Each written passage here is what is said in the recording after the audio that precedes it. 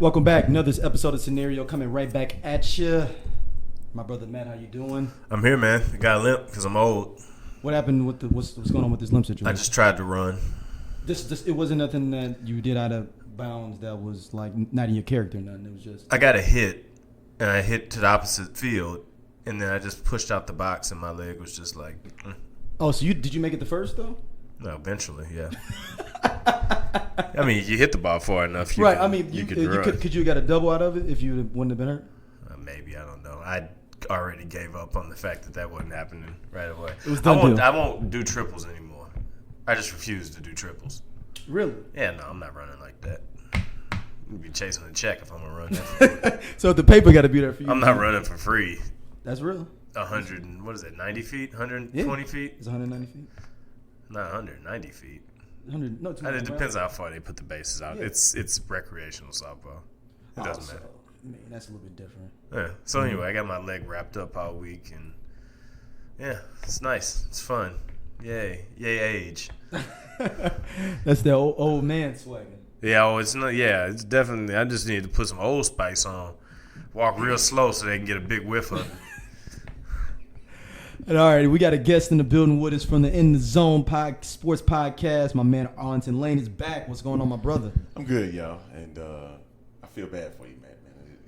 Age is kicking in. It is. It happens. I gotta start taking like extremely better care of myself, like all the time. Like before I came here today, man, I had to go give me a cut because I was looking at my bald spot that's sitting at the top of my head. So aging is kicking in. You had the bald spot pop. Yeah, it's getting bad, man. Like rough. I got a birthday tomorrow, man. So I'm trying to. I was doing your birthday? Happy tomorrow. Happy birthday, bro! Man. Happy birthday. So by the time this out, I will be the next age. So. The next age. That's when you're getting old. When you don't even say like, you don't even say your full age. When you say the next age, it's like you're a wrestler or something. You know, like Hulk Hogan, like looked like he was like 55 for like a decade. For a long time, man. Mentioning that, is that the biggest, craziest thing that's ever happened in wrestling when he went to NWO in wrestling history? Oh yeah. Oh, without a doubt. Okay. Yeah. Because they had an anniversary. I was like, damn, that is like the craziest thing that's happened in wrestling. Like, turn 23 years. Yeah, I saw a thing on Facebook. I was like, damn, I never thought of it being the craziest thing that's happened in. Oh yeah, for sure. Wrestling. It changed the whole game up. Yeah, I mean, if you're just talking about like from like an event standpoint, like Hogan switching, from a moment. Yeah. That doesn't have anything to do with a match. Yeah, I mean that kind of had something to do with a match. I'm gonna say but it was bigger than that. You don't see heels like that. You know what I'm saying? And he just like turned like dark. And then plus you didn't see Hogan in that type of light. Well, it was the biggest superstar of all time. Right. Taking a turn. I mean, we hadn't seen anything like that since the decision. That's the last time we saw somebody turn that many people against him all at once. That's real though, because LeBron was loved before that. Mm-hmm. Yep. Because people were like, oh man, and really, Kobe benefited the most. Because he was the antithesis of Kobe. Well, Kobe had disciples the entire time. So like Kobe was going to be, and Kobe's disciples still are keeping his flame alive now. Because they're like Sith Lords, like Palpatine. He's damn near getting ready to be elected into the Hall of Fame, and they still talking about him like he's still playing. Yeah. If the Beam was here. Yeah, if Kobe would have played this year, but he retired. It isn't like he was hurt. Like he's not playing anymore. Like he literally is retired. That's drop 42 right now. Man, if Larry Bird was playing this year, like Larry Bird is 60. Like he got grandkids. I've seen some of the weirdest debates, man. Like putting Bird in the whole conversation with LeBron. That's a whole nother story. I think basketball fans have lost their mind. He said in general. I truly do. I think since 2003. I think that basketball fans have lost their mind this in recent times. It's a fanhood unlike anything else. I've never seen anything quite like. I refuse to debate now. Like seriously, anything dealing with NBA, and if it ain't logical, I'm not finna debate it. There's no point. It's just got redundant and it's ridiculous now. Yeah, well, it's a sport that's debated unlike any other, because it's a complicated thing because it's not about teams. It's about people being right with one person. Like everybody wants their guy to get over, but I don't know. We'll see. We'll get to that. We got NBA stuff on the docket later on. I'll hand that down when it comes around. But let's jump in these emails. Well, hold up, before we do all of that, we got some more pertinent business to go on. Okay. Now, you, sir, your crew is at risk of falling apart irreparably. It's never going to happen again. I mean, this is the last domino to fall. It's been the strong standing domino. Yeah, man. He's held down the squad. He's been putting up points by himself for a while.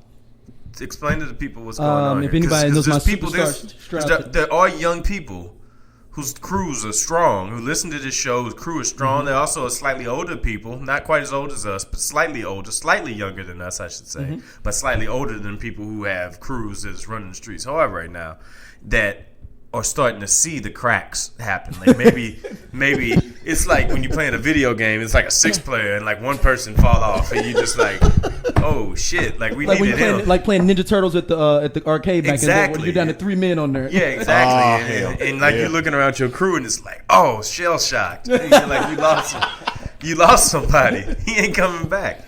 Well, yeah. I think that your crew has been on life support. Like, your crew is almost like an old R&B band to get together, but it'd be having people that wasn't in it the first time. Yeah, exactly. You got replacements. Sound like the Temptations. Then. Yes, yeah. Exactly. Yeah. Exactly. The only one left is old Otis. Yeah. Still. Yeah. Like, y'all are way past the Johnny Gill stage. Y'all are at the...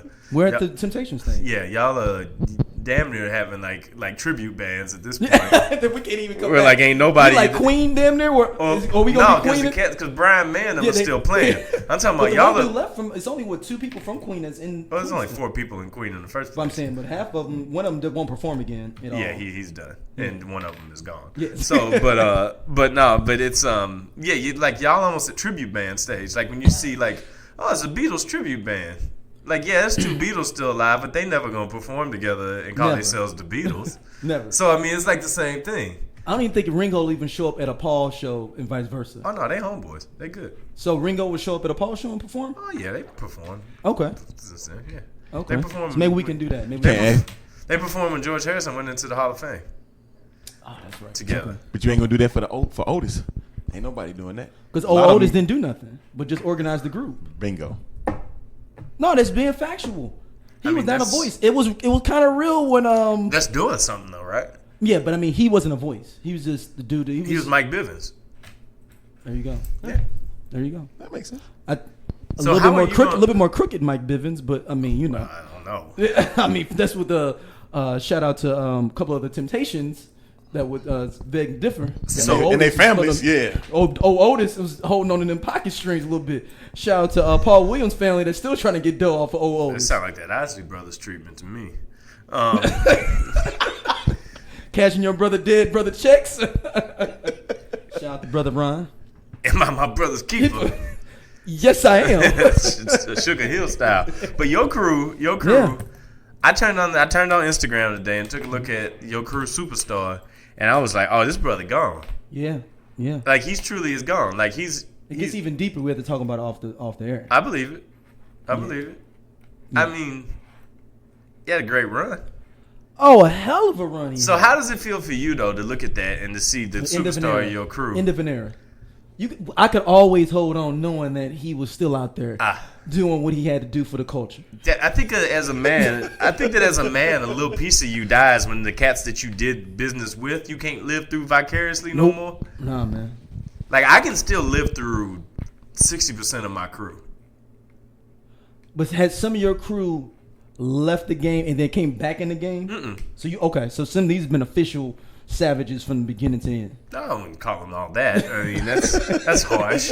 That's harsh. I mean, they just still have solo careers. They still have solo careers. Yeah, the solo careers. Yeah, okay. Bunch of Bobby Browns. Oh, okay. Yeah, well, we had a Bobby Brown, but he turned himself around first out of everybody. The henchman always is always the first one to turn it around first. Yeah, he turned it around first for sure. He was like having the Ultimate Warrior as your henchman.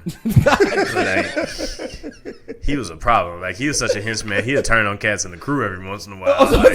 So you didn't know who you was getting in the ring. Yeah, sometimes. it was like Mankind at like 97. But Arcane or something. Superstar is still going strong. Mm-hmm. I'm the utility man, so I mean I'm fading back. Yeah. Wheelman is still going strong. So Cruz in a good spot. Yeah. Superstar is definitely running the streets. So I mean, as long as your superstar is still alive, you still feel. And that's the thing. My superstar looks like he's trying to phase out, man. He looked like he getting ready to retire and become Nas or something. Like he looked like he about to switch up the game like Common actually. Yeah, and or Jay-Z, I would just totally flip and do something totally different because I went from this to this. Jay-Z, we can see that coming. You think so? Yeah, I always knew that Jay-Z was playing the Puffy road. Like he wanted to take it to the next level business wise. Like, and next business level wise to get married. Yeah, I guess in the regular people's business, yeah, I guess that is it. Yeah, but he's not getting married, y'all. He's not getting. That's married. the Bret Hart. He just looks. Well, real. I mean, yeah, maybe. Huh? We'll see. Maybe. Yeah, I mean, Mr. Do-Right. Mr. Do-Right. Shout out to you, man. You know who you are, man. I won't put your government in the streets. I've done it before, and you was like, "Why you do that?" Arlington, do you have a crew that you like that fills out each of these roles in your life at different times? They all have separated from this area, man. They gone. So you had a crew that got drafted and went into other. They moved to other cities. Yeah, they gone in other cities, man. I mean, I went on a world tour. He literally went on a world tour. He went down to Mexico, Central America, South America for like 2 or 3 months. Mm-hmm. Came back, moved to a state, dated somebody, said, "I'm just gonna leave. You can stay here." Moved to another region, where he's currently now working for Jeff Bezos, and now he has found the love of his life. Look at what Jeff Bezos does. Yeah. Get you all your stuff in like 2 days, and then brings everything else together as well.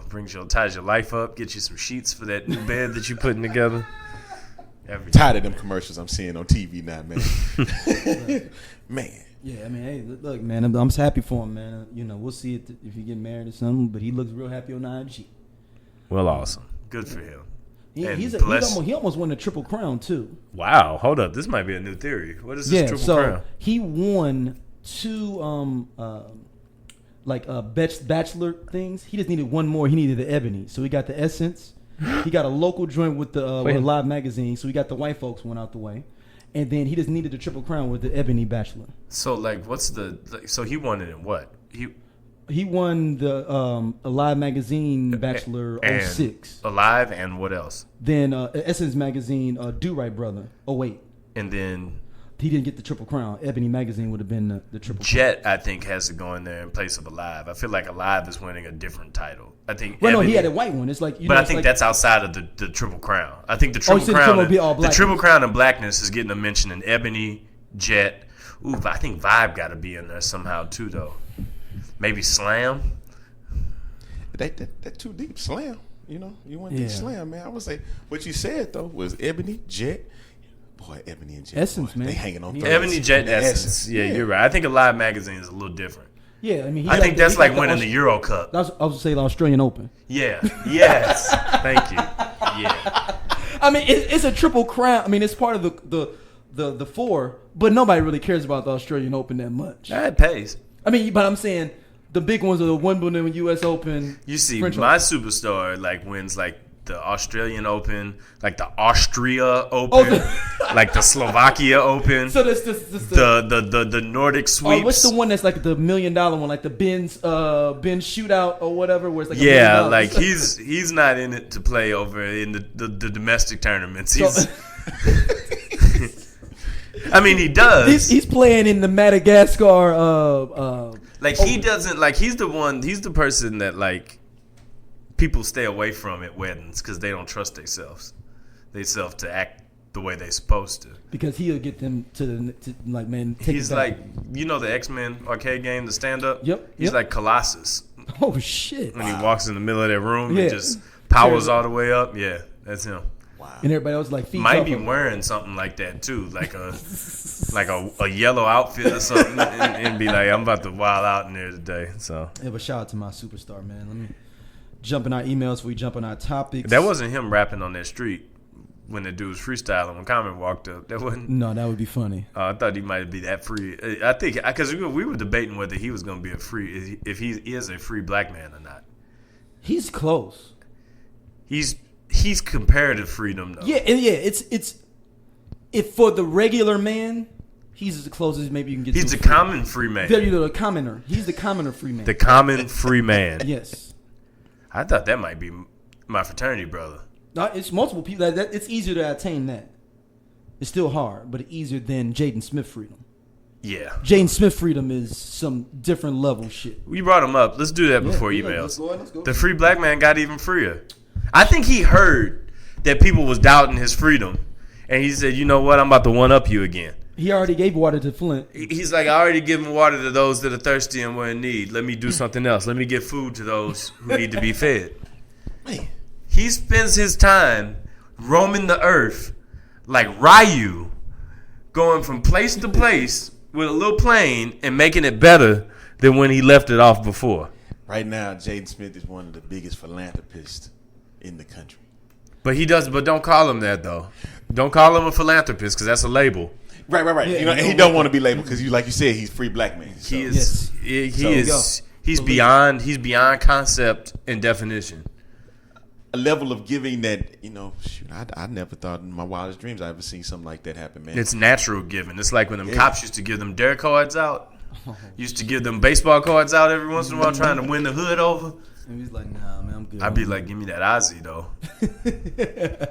Now, I'll take hard to that. come I'll up take on. that Tom Pack Nazi. I got that Ozzy on the corner of Ferguson and Julian in like 1989 or something, and I was Man. like, "Yo, you are all right with me. I Now was on get that the Terry hell out of Pendleton. I was on here. that Terry Pendleton. Get the hell out of here before something happens, Something happens to me too, because something's gonna happen inevitably in the next 20 minutes around here." and you need to be ready. And I need to be out of here, but I don't want people to see me getting this Ozzy from you. But I want this Ozzy. Give me this Ozzy. I think everybody had DARE officers, like had community police officers that was Is dropping their program stuff. still alive? I don't know. Let's Google that. Does it look like it is? I mean, I Do know. you feel like the DARE program is still I could alive? see it being. See, I alive. remember when we had DARE, and then they had GREAT. They still have a website. They're still alive. All right, great, good for DARE. Because we had two things. We had DARE. I'm gonna give me a DARE, one of them old school DARE T-shirts. I'm gonna find that. Next show, I'm gonna have that. Also, scientists believe it did not work. That Their program. They did data from 83 to 2009. And was the DARE program around since '83? 83. That long? Mm-hmm. It's founded in 83. That was right around when the. Oh, that's Nancy Reagan, wasn't it? That was Nancy Yeah, Reagan's that's program, Nancy wasn't Reagan when she was on Different Strokes. Remember? That was right around when they had the egg cracking in the pan. Yep. This is your brain on drugs. Yeah. I remember. Any questions? They used to hit you over the head with morality in the '80s, man. They'd have that on. Man, dude. They'd have that commercial, and then they'd have the after school special come on. Yep. Where somebody getting high and then coming to school and then their whole life gets messed up. And see, like the problem for me was I saw them after school specials, and I went to school, and then that shit was really happening. I was like, "Yo, this is not even based on a true story. This is a real story." That's a Nancy Reagan thing, though. All of that you mentioning about morality and stuff, that's what Nancy was trying to pull on everything. Saw her on a talk show from a long time ago, man, and she was talking about all of that stuff. And then you got the Different Strokes episode, which was quite funny.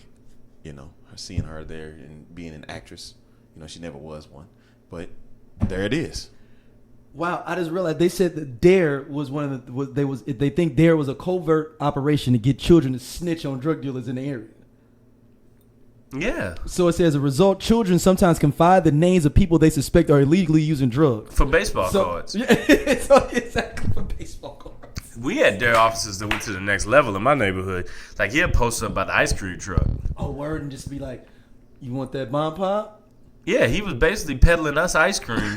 And trying to find out who's Peddling us ice cream and baseball cards and trying to figure out who it is. who on the block. Yeah, it was like the first season of The Wire when they were trying to figure out who Avon was. Yeah. Yeah, it was exactly like that. It was like the first 4 episodes of The Wire. It was just like what they tried on summer in my neighborhood. Did it work? Nah. Cats not telling on their brothers. Right. Like, They sure get that ice cream and baseball cards. though, yeah, I off the still flip. get that I mean, good, I heard though. his name is Chris. You know what? Random. He just be random names. With the I hear he's over in a whole nother neighborhood than this one too. Just flipping on other neighborhoods, sending cops all around the city.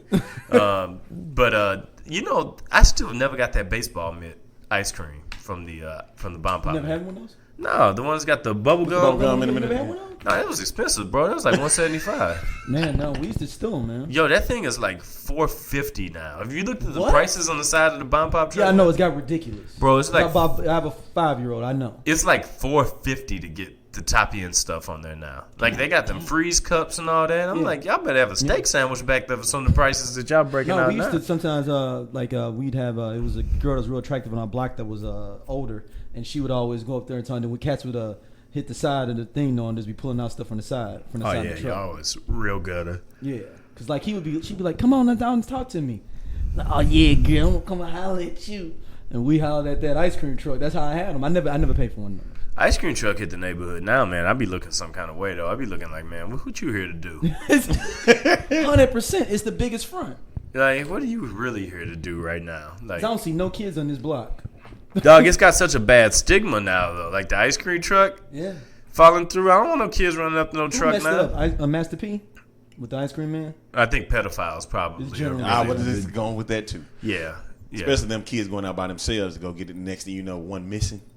Oh yeah, and then in Spawn comic book too. Though, remember the ice cream man in the Spawn comic book? Oh, I too. forgot about that. Yeah, that was and then they made him all like savage and stuff. So yeah. But anyway, and he's a pedophile too. Anyway, Jaden Smith putting food into the mouth of Shout out of to our free black men, man. It's called I Love You. Is the name I Love You vegetarian food. It's vegetarian food too. Vegetarian food. Oh, this dude is incredible. I keep him healthy. He's the best person on earth. And he's parking at Skid Row. I was just talking about how hard it is to be able to try to eat the right way. About how when you try to go get a vegetarian plate or something. Jaden Smith's truck's down there. Man, I gotta. Maybe that's the key to eating. Go homeless in L.A. I gotta go homeless. And he plans on putting it in other cities too. So come here, bring it here. This ain't the end. Yeah, nothing comes to St. Louis until St. Louis is pretty food oriented. No, St. Louis does have some desperate corners to it. It could be looked at as a salvage trip. Look, it might be like maybe I can help this area come up. Maybe I can turn St. Louis around. Maybe we need the free black man. Some cities need superheroes. Jaden Smith, I don't know if this would really stretch the limits of his superhero here. St. Louis is. I get nervous then if he come here and try that. And you know he did it on his birthday too, right? Well, that only makes sense. His 21st birthday. It only makes sense. He did it on his 21st birthday. So shout out to Jaden, man. Good for you, man. What these emails hitting for? All right. First email comes from Tyler Watkins. He says, I know Matt is big into baseball. The other day, Justin Verlander had a lot to say about these balls selling out these stadiums. Wanted to get his thoughts. I know he knows baseball well. I don't really understand what's going on. I'm not going to lie. And I've been trying to watch baseball again. Well, so the thing that happened is that Justin Verlander. So baseball, just back up a little bit. Yeah. So baseball's got a problem right now with home runs. Home runs were the most exciting play in the game when it was just one of the outcomes that could happen across the course of a game.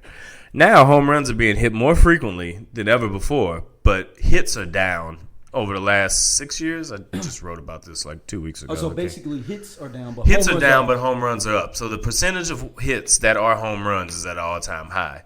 But strikeouts and other hits and stolen bases are plummeting to all-time lows. So nobody's on base basically when somebody's hitting these home runs. Which makes a slow game have even less excitement. There's less happening. Now it's a absolute payoff. Like imagine if you were watching a basketball game and the only thing that happened were people dunking.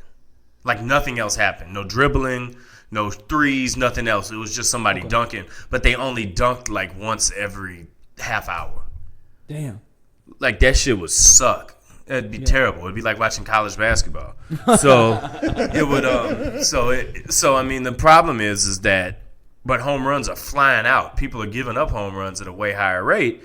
So it brings people to say that the balls are juice. So people are saying, and Justin Verlander being amongst them, saying that hey, something's different here.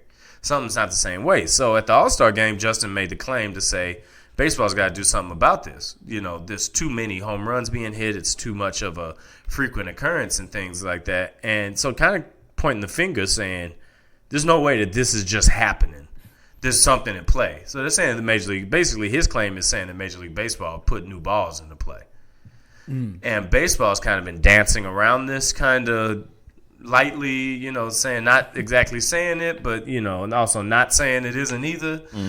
So it's interesting, because different baseballs. If you have a lighter baseball that has a tighter core, it's going to go further. with guys throwing harder than ever, guys swinging harder than ever, that's what's happening. So pitchers are like, wait a minute, why is this? What's going on? And young hitters are only tailoring their game towards hitting home runs. So it's just a classic case of too much of a good thing. That's how, like in NBA, everybody wants to have the stretch 3, stretch 4, man shooting threes now. Thing is with the NBA product, though, is that the NBA product's got more versatile and that it's got more action per person, even if it is more true outcome basketball than ever before, where it's a 3 or it's a work around the rim. There's no mid-game. There's no mid-range game. People are giving up on easier shots for more complicated shots because it's a bigger payoff, which is kind of what baseball players are doing by selling out their swing and just going going with launch angle. Going yard, Just trying to go, yeah. So Verlander's calling it out, saying, man, no, that doesn't work. Next up. You got anything on that? Oh, yeah, go. Oh man, I'm not a fan of Justin Verlander for real, man. Ever since he won a ring with the Astros, so I love the Astros. But this guy here, man, when he making comments and stuff like that, I usually kind of turn him off. But I see what he's saying about this home run issue. But home runs are the most exciting thing in the game anyway. You know what I mean? You're not going to the game to see a single. You're not going to see a double. You're not going to really see a triple. And home runs. I would say that the triple is the most exciting play in sports because it's very rare to get. Because of what has to happen with it. For me, a triple is. A home run is probably the third most exciting play that can happen in a game. Yeah, stolen base. Because it's a rarity. Stolen base, a triple. But I'm not doing it on awareness. I'm doing it on the occurrence of it happening. Right. Think about how the game looked when you had Vince Coleman and Ricky Henderson and all those guys, and guys that were hitting in the gaps and stretching things in the doubles and things like that. That's when athleticism could show in the game. And that's why Ricky Henderson will have a record that will never, ever be broken. He's got about 3 of them that I can get. How you got the runs record too, don't you? Yeah, runs. Yeah, and walks too, right? Runs, singles. He's got walks. He's got walks. He got walks for seasons. Yeah. Okay. Ricky got it for a career. Okay. Ricky's got single season stolen bases. He's got career stolen bases by 400, 500 steals. I think it's he's the only person with over 1,000 stolen bases, and but he's got 1,400. Yeah, so ain't nobody gonna catch that at any time. Lead off home run record. Ricky's a unique guy, and also he's Ricky, which is a whole different thing. Is that true that he has his first check and he had it? He cashed it, and they gave him another one back. But no, Ricky Anderson did keep his first $1 million check and framed it. Yeah, and the team had to call and say, Yo, what's up? Our accountant is all messed up. You need to cash this check, brother. Yeah, we'll give you another one if you want to just keep it. But yeah, So I don't mean to cut into you, but for me, home run's never been. The home run is the most awe-inspiring hit, but I don't think it's the most exciting.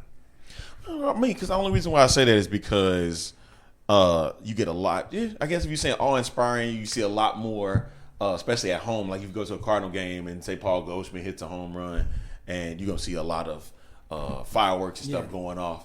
A lot of people like that. And the time with McGuire and Bonds and Sosa when they was kicking in, a lot of people was all over that. And they wouldn't really care too much about the triples and the doubles and stuff because the home run, chick stick the long ball. Remember that whole stick? That's true. Yeah. And so that's what I think at this point.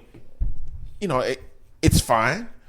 But at the rapid rate that there are, we had the All-Star break, and they already surpassed the amount of home runs that they had several seasons past. So it is kind of interesting to see and where it will go. But at this point, I like the home run. And if you're going to sit there and say that these guys are roiding up, then you're going to have to bring back McGuire, Bonds, Sosa, A-Rod, and put them in the Hall. Well, I think that guys aren't steroids now. I'd say you have less steroid use in the league right now than you've had in decades, 20 years at least. But baseball is compensating for the loss of that production by using a different ball. So they keep the same style of play, but don't have to deal with the obvious pitfalls of drug use. Right. So, because the game changed now they're using a different ball to try to produce the same thing. And young guys guys are swinging for the fences harder now, which is also why strikeouts are through the roof. And if I didn't care about the game, it would be hard to watch. Because you're just waiting on one hit to happen. You're going to watch a ton of strikeouts. You're not going to see any in between the lines plays. I mean, it's bad tactics for a sport that struggles with pace as is. Yeah, it's true. All right. Next up, pull my emails back. Next up, this one comes from Robert Freeland. He says, Daryl is hilarious with his hate for Jermaine Jackson. Mm-hmm. Have you seen the new movie on TV One about Bobby DeBarge? I know Jermaine Jackson's all up in there. I could just laugh every time Jermaine Jackson came on the screen because I know Daryl was hollering at the screen if he saw it. Have you all seen this? Daryl, you have got to see this if you have not. Love y'all show, fellas. Keep doing it. Yes, I have seen the Bobby DeBarge. Shit. And I'm glad that you emailed us, sir, because I forgot all about that I did want to bring, because last week we had Stacey Static on, and I wanted to bring that up then, but we had other business to take care of. I'm going to go lay down for 45 You ready to go minutes. in? Are you going on the rant, dog? They made Jermaine seem like a sympathetic character in this fucking movie. I mean, but he is. His hair, no, he's not. It's TV One, man. No, but I'm saying, no, his hair wasn't greasy enough. You know, they didn't show him being slimy and slick like he is. I mean, come on, man. You really, because he's not a focal point. He was in there for a minute. Granted, but he's not the He focal gonna come point to in the Bobby movie. DeBarge and say, you know, you can't be at my sister. Oh, you got the moral high ground now, Jermaine? In a couple of years, you finna have babies by your brother, ex-wife. Fast forward 5 or 6 years. Oh, Lord. More than that. I think it was early 90s. He had kids with Randy's ex-wife. Yeah. I mean, the movie is okay. It was fine. Did you see it, Arlington? I saw bits and pieces. Okay. But all I can say is from what I did see, and didn't what Russ Parr was part of this film? He directed this film. That's what I'm like. It came from the mind of Russ Parr, and you know how Russ Parr can get. Yeah. So I think at this point it looked like he was being a little more sympathetic.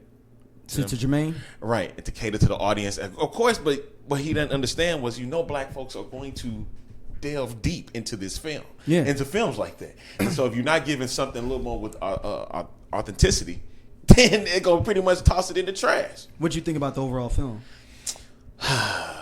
The choices for the DeBarges was hilarious to me, man. Yeah. It was I quite actually hilarious. thought the dude that played Bobby was decent. That's what you call his son that played Meteor Man's villain. That's his son. I forgot his name. What's my man named Roy? He was also Flash. Not Flash. He was in Five Heartbeats. Five Heartbeats. He was the one that got hung over the balcony. He was on Hollywood I thought you Shuffle were talking with about The Flash. No. No. I think from Five Heartbeats. He was in Hollywood Shuffle. Shuffle. Yeah, I can't think of his name. Roy. Yeah, but his son's name is like Roy Jr. He's Roy Jr. Yeah. That's his son that played Bobby DeBarge. Wow. That's his son. That's crazy, man. Yeah, so I mean, it was. I can't remember his name. I'm gonna pull it up now. Just look up Hollywood Shuffle and see if you can find it. You can find it that way, I've always been a fan of Robert Townsend stuff. Yeah, I've always been a Robert Townsend dude myself, man. He put in a lot of good work. Meteor Man. Meteor Man. I'm sorry, I was a kid when I seen that, man, so I loved it. Meteor Maybe Man now when I look at it, I was like, Meteor Man was hot. Yeah, I was like, you know what I'm saying? Had it the hall. He was a hero for the hood. Right. First black superhero in the movie. Right. So If you want to talk about like with powers and stuff. Now Shaft. Some people will say I'm about to Shaft. say, hold on. Now. Some people. No, I'm saying with superpowers. I'm gonna say John Williams from Enter the Dragon was superhero. Shaft's before that. So yeah, 71 and 73. Yeah, Shaft's 71. Right. 73. Yeah, and the Dragon was 73, man. Yeah, Shaft is the first one. Shaft was The 71. 70s all feels like the same thing. Right. Especially the early 70s. Yeah.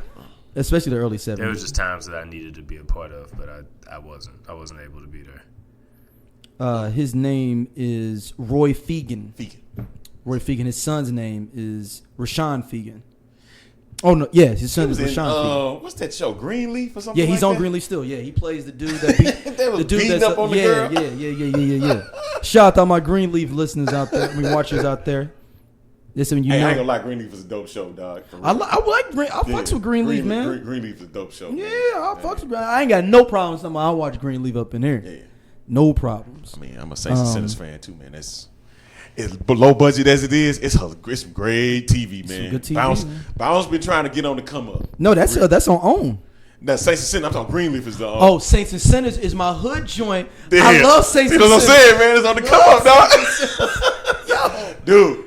I love Saints Saints and Sinners is horrible. Hey, Horribly acted. Everything is bad about it, but I love it. But it's like a horribly bad show. It's like the Bizarro of Greenleaf. It's the Bizarro. Yeah, of I'm gonna say, if you want to watch church religious shows, and a good one, Greenleaf. If you want to see some like good drama and good casting, good all that, Greenleaf. You want to see the Bizarro world of Greenleaf, you watch Saints and Sinners. Straight up, man. Bounce. Shout out to Bounce. Bounce got a couple of shows. I'm telling you, man. Shout out to D-Thing, man. He got a last kid week, too. people were asking on Twitter what networks I'm talking about. That was on UMC Network is the one that you can get through Amazon. That's like another black network that's coming out. That's already out that you have to subscribe to. What about UMC. that Cash Money Brothers TV. Hey, real quick, what about this Black News Network that they trying to put out? Like that's down south in Florida. They was talking about this for a while, man. You know, I can't think. J.C. Watts is behind this joint. Oh wow, J.C. Watts, the former congressman from Oklahoma. Yeah, Republican congressman. Yes, the Republican congressman. Oh, I see the Black News Channel. Exactly. They were talking about putting a 24 It's hour launched in November. a 24-hour, 7-day, 365, nothing but black news. Yeah, it I'm like, starts in who is November. finna get behind this? Yeah, it's supposed to be in November. Like, come on, dog. Come on, man. I was like, man, it scared 24 me, hours. especially when his name came up. 24 hours is a long time to fill up. Hey, it'd be like Paul Mooney talking about we're gonna have a show called Good Morning Black America on Spell Show. Why not? Yes. Show start at 12 o'clock noon. We might need to put an application in, man. They need 24 hours of stuff that we can tape stuff and they can put on at 2 in the morning. We can get on there. Yeah, he said we can get on there. Hey, and let you sure we talk can. crazy from 2 on. No, I'm gonna talk decent because I'm gonna try to move up my slot. No, I'm sure we can get on there. They'd have us. Because they're 24-hour network. Yeah, they gotta can fill up use time. us. Yeah. Sidebar, you ever seen the movie Network? It's on Netflix right now. Network? You know what I'm talking about? The movie from the 70s, Yeah, it's on Network? Netflix right now. It is one of the crazy, What is it, best the Network? films. Yeah, It's called The Network? No, it's called Network. It's about a whole television station dealing with ratings, dealing with crazy people, all of that. It's a great film. 76. Okay. Yeah, it was happened in 76. And one of the things they talk about was the long-suffering host, Howard Beale. I'm mad as hell and I will not take this anymore. That's where that came from, is Network. Oh, wow. I'm as mad as hell and he screams it out loud and whatnot. So is that where that came from in Bamboozle, where where Savion Glover is doing that at the end, where he's like talking and then he says, "I'm tired as hell and I want to take this," and when he falls out. Yeah. So that came from this. That came from that. Yeah. Ah. Yeah. Okay. That's interesting. Okay. So yeah, that's exactly where that came from, man. I was like, man, yeah, it's an awesome film, man. It's Now, it's deep. So this is on Netflix. Yeah, it's deep. I'm gonna say this is my Netflix now. Yeah, it's a real deep film, man, because it talks about the whole ordeal with television and network news and all that kind of good stuff, man. But it was a guy on there, he just talked crazy all the time. And I'm talking about when y'all putting this black news channel together, y'all get that late night spot way early in the morning, start talking crazy for 2 hours. People, I want watch. 5 p.m. What was the joint? What Daniel Kaluuya was on it for the Black Mirror episode where he was like, he ended up getting a TV show. All he do is just sit there with the cut glass. Yeah, and just, like, yelling hey, that shit. Black Mirror joint is dope, man. Yeah. I thought y'all was talking about the Super Smash Brothers episode. Do we want to talk about that? I might as well. Go ahead. Go ahead. I know hey, listen. I don't want to start saying things about black things until you've told me. For the record, so shout out to Travis because he put up a thing of all the black movies. I said 100%, bro. Yeah. He hit me in my inbox. He's like, no, for real. Like, yeah, I've seen every movie. Every on this movie list. that's on that. I was like, and I have another list that you didn't include on there that would need to be on that list. He's like, wow, really? Like, yeah, I saw all these before college. We'll have to share that. on the. It's that summer list of black movies, right? Yeah, I've seen all of them before college. Yeah, 100% right there, man. All of them before college. It's required cultural watching. But what was the point that we had here? So we're going to. I don't know if everybody saw the Super Saiyan episode of Black Mirror.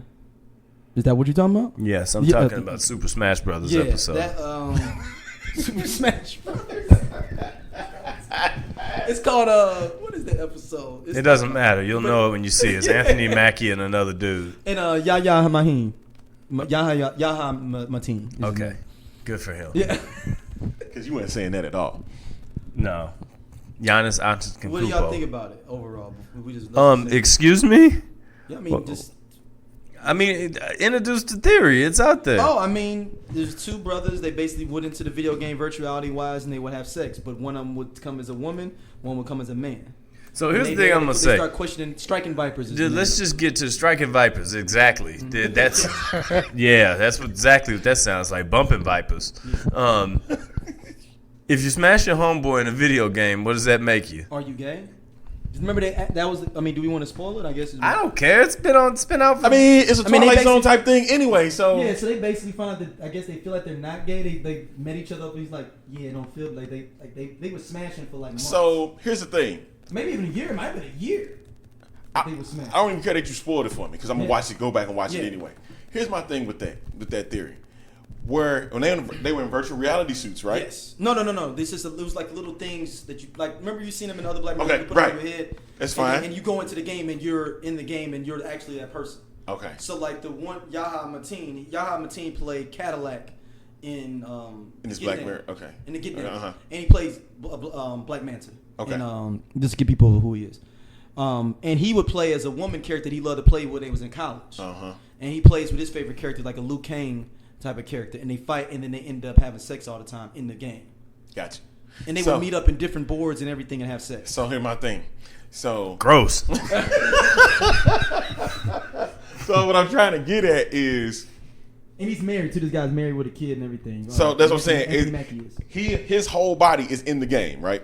No, your mind is in the game. The mind is in the game. Mm-hmm. Okay. Now, because if it's his mind in the game, that'd be different if the body and he's feeling it. No. You do feel it. Oh hell no. Then you get. I'm sorry, you gay. I mean, your mind is in the game. Your mind is gay. connected I'm to sorry. your feeling in your body. Yo, there was a point where they were talking about the difference between the two, and I said, all right, this is enough for me. So you got to try it from this side one day. I was like, and then when he was like, yo, I even fucked a polar bear on there. It's never like the same with you. yo. Yeah, I'm sorry, man. You gotta see it, man. I'm gonna check it out. I'm gonna definitely check it out for sure. My question is, who was making that game? Who was creating the game that you could fuck in it? Yes. I don't even know. They got to be locked up 3 times. Well, this is the thing, though. I don't even know if the person. I don't know if when they created, they think you could do that. They just want to make it realistic that you could fight, not that you could fuck. And the people probably figure that out. Because remember that dude said, I done fucked everybody in this game. Mm-hmm. All over. Mm-hmm. I was like, God damn. When he said, I fucked the polar bear. He said, you know the polar bear you can fight with? I fucked him even too. I was like, God damn. Oh, man. I'm perturbed. But that's what Black Mirror will do to you, though. See, I think this new season of Black Mirror been a little whack. Really? Miley Cyrus and Anthony Mackie. I didn't watch the third one yet. It's only 3 episodes. Yeah. The third one was good. I think there was one episode where they had this chick. She had killed a little girl, and they made her go through this whole time over and over. Yeah, and you didn't know. You thought that she was the protagonist, finding out that she was the antagonist the whole time. Mm-hmm. Yeah, and she make her they rezonk her mind and make her relive it over and over again. That's why I love it's a theme park. Mm-hmm. Yes, it's a theme park. That's crazy. I think the craziest one from Black Mirror is the one with the woman that kept on killing people to try to cover up her tracks. And killed the deaf baby boy at the Craziest end. Black Mirror for me is the one with the DVR in their head, where you could run back. Oh, where you run back everything. Yeah, I mean, I think the one where the girl was killing everybody because you could have you had the DVR in your head and they could take your DVR at your head to get people for crimes. So she would kill people so they wouldn't be able to see what was happening. Yeah, and she ended up killing a kid that was like deaf and blind, so it wouldn't have mattered. He couldn't see nothing or hear nothing anyway because he was deaf and blind. Remember? She got caught up because of the bunny. That was a crazy. And they went to the bunny's mind and saw who did it. There was a crazy episode where they had a soldier, and he was shooting. Yeah, the brother. Yeah, and he thought it was aliens. Yeah, and it was real people he was killing. I'm like, oh yeah, man, that's wild stuff. Yeah, that's why I like Black Mirror, man. But you said the season 1 is good. Said this one ain't good enough. Okay, I'll take your word for it. But I'm gonna check the episode that y'all talking about though. We do need to do Black Bandersnatch at some point. Black Bandersnatch is still happening. Yeah. One more thing someone asked on Twitter before when people said, someone asked, this is from RST09. He says, I don't know what that means, but what happens in a breakup with the Netflix account?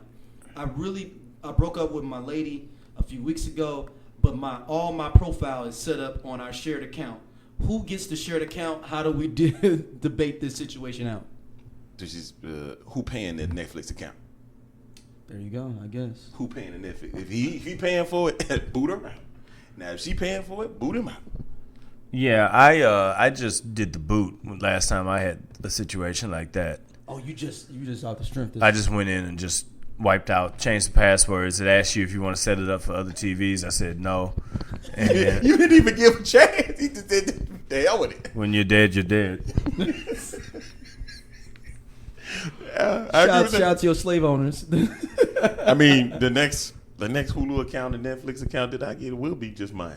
You know, I'm not gonna boot the party, especially if I'm the one that's not paying for it. I got way bigger stakes coming up than splitting up Netflix. If I can work out some type of thing, if something ever went wrong in my life, where I could just be like, well, you get to keep the Netflix account. Yeah, we good. I get to keep everything else. Cool, you got Netflix. It's gonna be hard to rebuild my. I've had that Netflix account library for a while though. Like it knows it knows what I like. It knows what I. Hey, so the minute that it broke, that you broke up, you just instantly took it off. See there? I just shut it down. Anything that's mine that come out of my account is coming back with me. That's right. I wonder how many. We can get on topics and say. I wonder how many requests Netflix has had from people to be like, "Yo, can y'all just move my profile over to my new joint that I'm paying for?" Mm-hmm. I don't think you can do it though, but I'm sure they get emails about it. I'm gonna go back and remember as best as I can, man, and new ones that come into the mix. We hellas into the show, but we gonna hit these topics real quick though too. So an armored truck flipped over and had that cash on the street. So let's say you riding down the street and an armored truck flipped over. You see that cash blowing in the air. What are you doing? Stopping. I'm getting me some cash. I'm gonna stop and get some cash. Are you gonna get it yourself? Yeah. Or are you gonna send your daughter to go out and get lowered to the ground? Definitely. If she's with me, she's definitely out there getting it. So did this happen on the highway? Happen on a street? 485. This happened on. Oh Lord, was he by himself? I don't know. It's gone. Like, cause we needed the scenario. I need to know. Like, is this by himself? Is he? It was just the. Oh, let's see. Let me. Was it an ongoing traffic? It was 285, not 485. 285. And oh Lord, like toward Atlanta, going towards Atlanta. Drivers begin to return money. So you got some people returning money. We'll talk about one of them in a minute. The armored truck door just flew up while he was driving. So basically, homeboy didn't secure the door. Nah, man. So that's his fault. And if money fly out, that money's going in my pocket. Mm-hmm. I'm sorry, dude. You shouldn't have did your job. You didn't. Money flew out. So whenever you go back to your job and they tell you what happened to that arm, what happened with that armored truck, it's your ass. So some people returned it back. There's a brother that returned his back. Doesn't look like he should have been. He would be returning it this visually. I'm not trying to stereotype this brother. Do what you will. But he looks like he also said, "Hey man, I got like 20 grand in this, right? But I got a couple of warrants and shit. Y'all want to take care of first before I let y'all know where this is."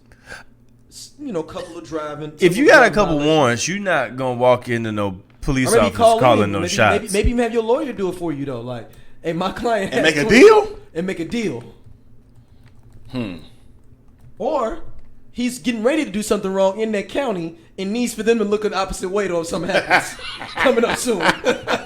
I'll take the second option. I think the second option. If you see me a little bit on the corner, just remember, I was for the people and brought back that money. I did what I was supposed to do for the people. So now you look the other way and do what you're supposed to do and look the other way. How much of this cash did they end up getting back?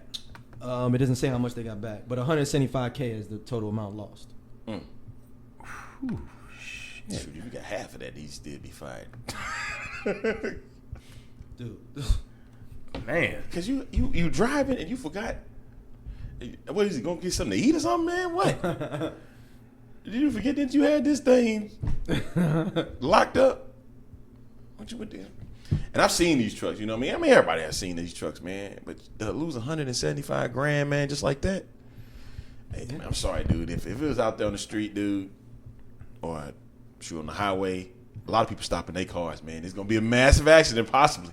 But if you see cash, you ain't gonna stop. Yeah, you're right. You gonna pick up that money. But I know this brother though. I know it was nefarious what he was thinking. Who do you know anybody in your life that you know would take some money back to the police? I have thought about doing that though, honestly.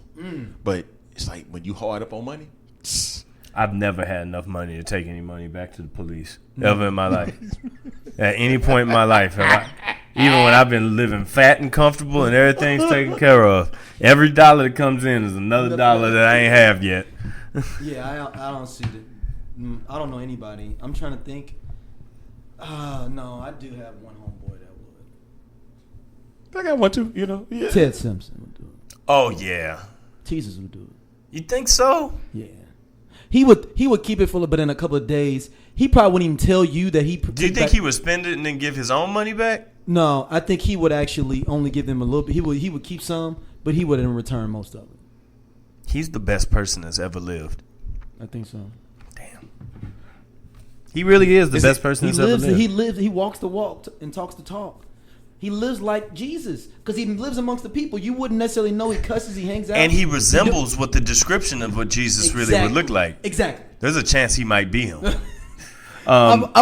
I'm Peter, baby. I'm right on along with this type. Hey, you kind of look like one of them cats too. I was right there with him, man. Right there the whole time. I'm gonna put on my wedding registry a painting of people that I know. And around Teddy.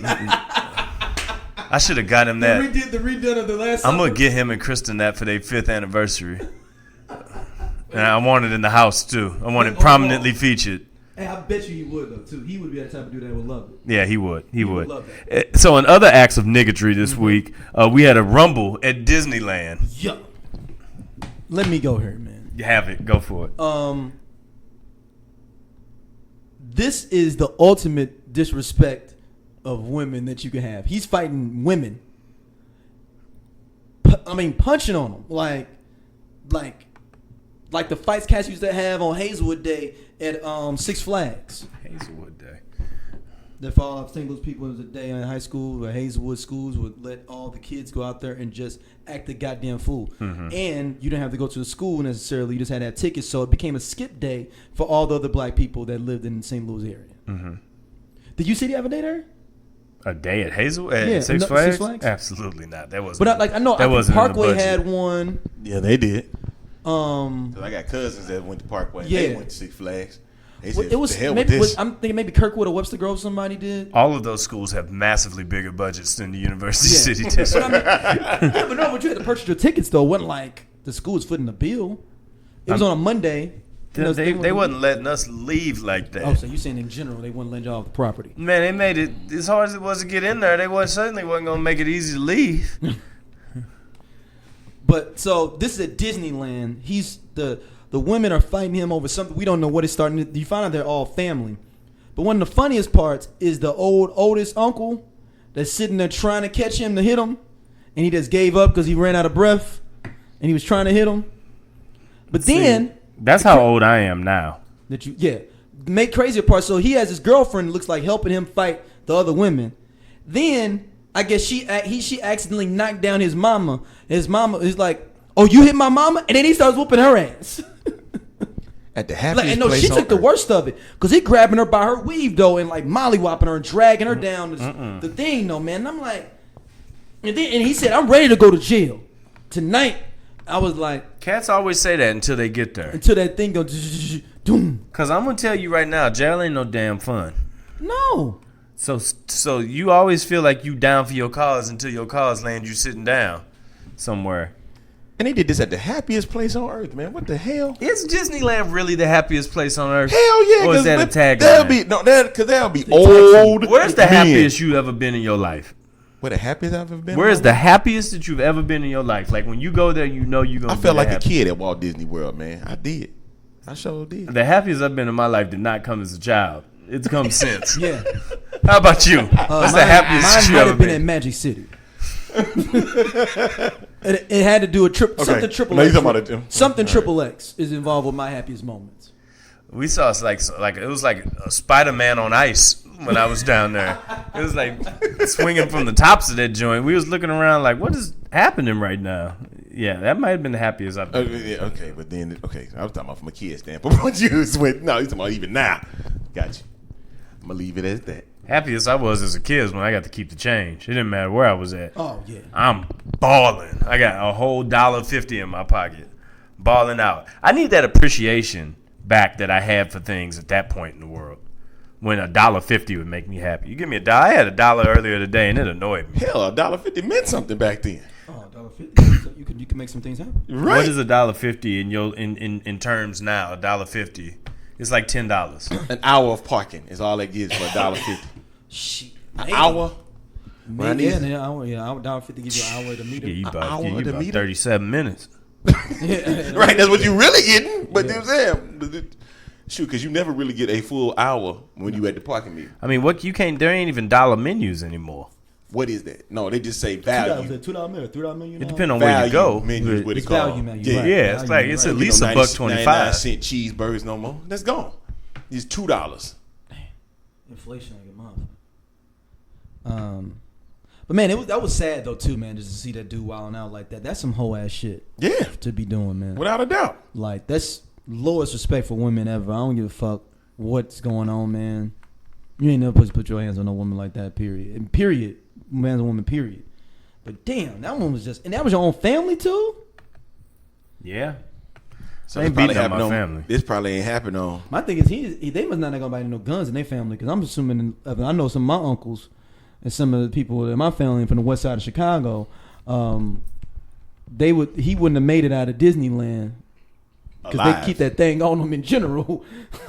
They would have got that thing up in Disneyland. They'd been like, hey man, hold my thing. I'm getting on the Magic Mountain. Hey, can you hold my? Like, did you bring your gun in the Magic Kingdom? Look here, you never know. If you stay ready, you always ready. All right, you ain't got to be ready. See, that's why I'm worried about this new development they're doing to Union Station in downtown.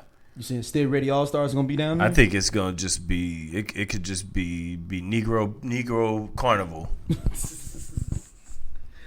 I mean, they gonna be on it. The cops gonna be on it. Because You remember it was a time of Union Station you couldn't wear wave caps. Wasn't it something like that? Yeah. Do-rags or something. Do wasn't it? rags, yeah. It was do-rags. And and then because Nelly got involved with it, something. Right. Something And like that. NAACP got involved. Oh, was it they messed with Nelly or something back when Nelly was hot, Nelly is the do-rag captain of America. and they messed with him. Nelly is one of the last people that still had the do-rag crease in his forehead now. Yep. Yeah, he's still rocking. Now, Nelly looked like he wake up every day and smoke a Black and Mild and have a do-rag. Easy. And tighten his do-rag up. Because he's had it on all night. Like, he might take a do-rag off on top of a do-rag. So you say he's double fisting. Double doing. Double fisting. Double doing it.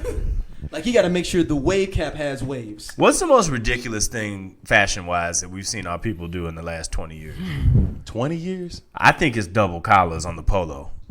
Having two polos on. I thought it was the Band-Aid over the eye. I mean, Not enough people was doing it. it didn't kick off. But that the wasn't double like polo a thing, massively spread thing, The but double double polo. polos was happening. Double polo. Shirt dresses for men. Them things were so super long. Tall tees. Tall tees. I Them was- 4Xs. They was dresses, man. I was scared for a second. I said, hold up, something happened while I wasn't around. I don't know about it. Have you ever seen a guy 5'3" have on the tall tee? Yes. With a 4X on, yes. Yes. It is the most funniest thing on the planet. I swear to God, man, I was like, I'll never ever want to see that again. Thank God that's now gone away. What the hell you doing a tall tee? We need to do an episode about that. Fashion mistakes for the culture. Fashion faux pas. Yeah. Next thing we got before we turn the corner into This Week in Racism doubleheader. Yo, man, who cousin was that was licking the top of that ice cream? Man, put her in the jail, man. She got to be Under. lowered in the jail, yo. They need to put her in the Mortal Kombat pit. And she got to go up against what was it? Reptile. Oh, damn, yeah, that's right. He was in the pit. Yeah. Noob Yeah. Saibot was in Goro's lair. That's what I was thinking about. This I was thinking Goro, about Goro. That's what I was thinking yeah. about Goro too. Yeah, that was a different guy. Noob Saibot, the blackest dude in the history of video games. Yeah, because he was super black. Super black, extra black. But no. See, the thing that that stuff like that messes with me, cause I be sitting there like, man, I want to get myself something delicious from the store, but I'm like, man, did somebody lick this? I just ain't gonna fool with Bluebell no more. That was just like, I don't know if y'all ever remember seeing this at Quick Trip. You know, you had the donuts. There was a chick in Kansas City that pissed all over Oh man, the donuts in the donuts that you get from at the top. Just straight taking them and just pissing on them. And she worked her. Hold on. So she worked for, was it Dunkin' Donuts or something? No, she worked for Quick Trip. So this is in the back, or this is on the regular showroom floor? Regular showroom floor. And she just opened it up and pissed. And started pissing because she was mad at hell about something that was going on. She was a employee. Yeah. She's a terrorist. That's what she is. So they got her on video. Damn, you couldn't hear it when nothing was said. It was just on video. And you see she was mad as hell, man, about something that happened. And she just taking these. Was anybody in there? Yeah. Oh, so there's customers in there. Yep. This ain't like at 4 a.m. with nobody in there. Nope. There was customers in there. I'm big bothered by this. Yeah. Because then it made it like for a while. I was like, I'm not touching not a single donut at the top row. I don't care where it's at. It could circulate. I'm 100%. I'm not eating anymore. I'm done with food. I'm off. Man, hey, you got to go on the ground, man. And then you had this dumbass dude that's 38 in Louisiana that's licking it too, though. They arrested his ass. He just wanted attention. That's all that was about. He just wanted to say, I'm the next viral star. But how many months is this young lady get in jail? She got to go to juvie at least because she's a teenager, so they can't release her name. But the streets know it. Hold on, let me see. Yeah, the streets got to know. See, this is why I be going to social media and I'd be like, man, y'all find these heinous offenders? Yeah, put them on blast. Air them out. That is unforgivable. Like, first of all, I need that little plastic thing to be on top of my ice cream, though, now. Yeah. Somebody's going to get paid I need to open up I need to open up a little plastic ice cream cover company. I'm going to get on that. Matter of fact, I'll be right back. I'm about to go make it right now. It's the second girl that did it. Wow. See. What is this? Is this people parents? Do we need people to need better parents or? This is where the parents get their ass whooped instead. If I find out that your kid licked my ice cream in the store, I'm whooping your kid ass. No. The parent get the whoop. Oh no, I'm gonna whoop their ass because if you whoop somebody kid ass, they gotta come see you. I want both. Okay, there you go. I want them both. I want the whole thing. Oh, this one name is Shelly Golden. Oh, they do have a name. Or it's her IG, her live IG. Or her IG. These dummies put up their stuff on IG. But why would you lick it? I mean, of course, they don't. People don't believe it's real unless they put it online. So why wouldn't they? Why wouldn't they put it on their IG page? I think the internet at the end of the day, the social media is going to lead to the cause of more people getting their ass whooped than any other thing. This young lady has 1.1 million followers. The one that did it. She got it now? No, I don't know if this is before or not, but yeah. 1.1 million. That's what she had. No, I don't know if it's after though. This is before. I'm assuming. She looked like she got all of the problems too, though. Like she might be sit down and. Oh, she said, "Let me be clear. I bought and took home the ice cream I licked. It was a joke." So she said she took hers home. That's not funny. Yeah, it's not funny. Grow up. Which led to 1.1 million followers later. She trifling, dog. I don't care what she look like. Nah, I don't want food with that, man. Yeah, I want nothing to do with that. All right, let's get to what I came here to do today. This is what I got up this morning to do. Last week maybe, I called for an Ancestry.com moment of the week, and I said, I need to know what's up with Mitch McConnell. All right, but hold on, we gotta go. No. This is different. This isn't that. Okay. So I said I need the genes to be traced. I need to figure out what's going on here, and that's what. Well, guess what? People traced Mitch McConnell back and found out that his people owned over 10 slaves back in the day, 14 slaves. So now I'm put in a compromising situation where I feel like I kind of relate to Mitch McConnell because I'm like, yo, I don't like answering the phone when debt collectors call me either. And that's all that's happening. People are saying, hey, man, we need you to pay what you owe, Mitch McConnell, what you owe directly yourself because you inherited that debt. And Mitch McConnell knowing this the whole time because they probably got family leather-bound volumes talking about the good old days of slavery and whatnot. He probably know every slave his family ever owned by name and know where they at right now. All the families. All their families, Son of a bitch.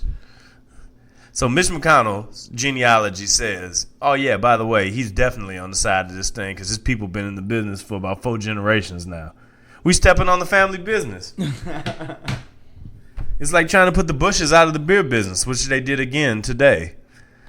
They hopped out of Crafted. Crafted got suspended going forward. Really? Yeah. The Bushes are officially out of beer completely now. Really? Yeah. Name's still on the stadium though, so good for them. So there's no more Crafted being produced. It's going to be done. It's going to be gone soon. So if you whatever's in the store, you're going to do something stupid, ain't you? Like go and buy a bunch of Crafted and put it in your garage. Oh, that's exactly what I was thinking about. Don't you know your brother, man? See, that's how I go, man. That's how I go. That's exactly what I was thinking. You collect things nobody else wants. As long as you ain't hoarding it, man, you should be good. That's the definition of hoarding. Yeah, I kind of will. If you have a 20-year-old, he gonna have that when his daughter's in college. And I'm gonna break it out. Yeah. Yeah. Guess what? Hey, baby. Hey, that shit gonna be all solid and fermented. That shit gonna feel like some hair conch. Come on, the young blood. I want to drink on some of this Crafted. Mm-mm. So Crafted's done for it. Crafted's gone. So why is it done for again? I just don't think that they don't. I just don't think they want to make beer anymore. I don't know. But anyway, I don't want to steal any shine from Mitch McConnell right now. So I'm gonna need answers. I'm gonna need. See, I don't. Again, I've said I don't need or nor want reparations. I just want people to be drug out into the sun. That's it. Get his pasty ass out here and shine some of that and shine some of this hate and video. Thing is, like, yo, you actually directly owe people. Now everybody is named McConnell. If you're black, I would like T.J. McConnell from the Sixers. Holla at him. He probably owed too. Damn. What if people just McConnell just start sending him letters like, "Hey man, I think you owe my people, my family, $56,000. We in this together. We got the same name." Nah, bro. I play basketball. I'm automatically not a part of that. All right, man. It's that special time of the week. Let's get it, man. Double off of it. This week in racism.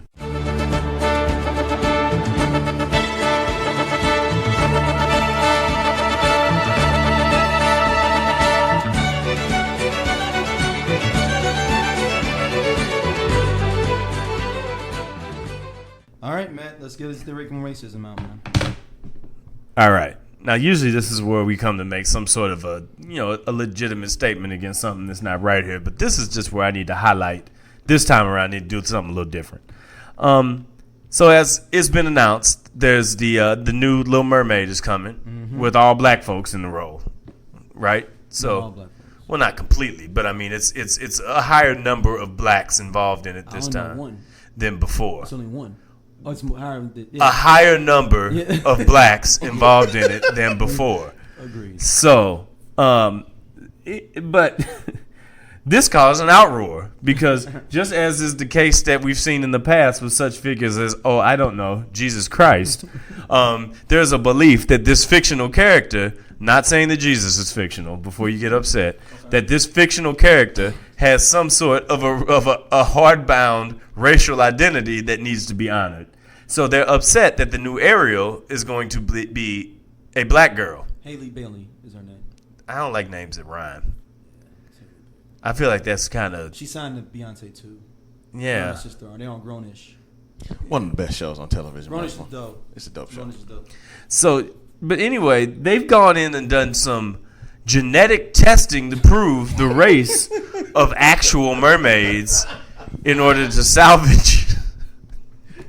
How we gonna manage this, cuz? The image of what mermaids are.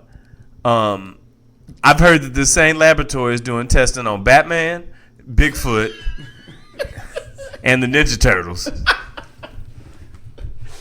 All right. Come on, man. Like, All are we at a point where it's so important to save face and to make sure that things stay whitewashed as possible that we're going to be doing proof on actual mermaids? $600 million that movie's gonna make.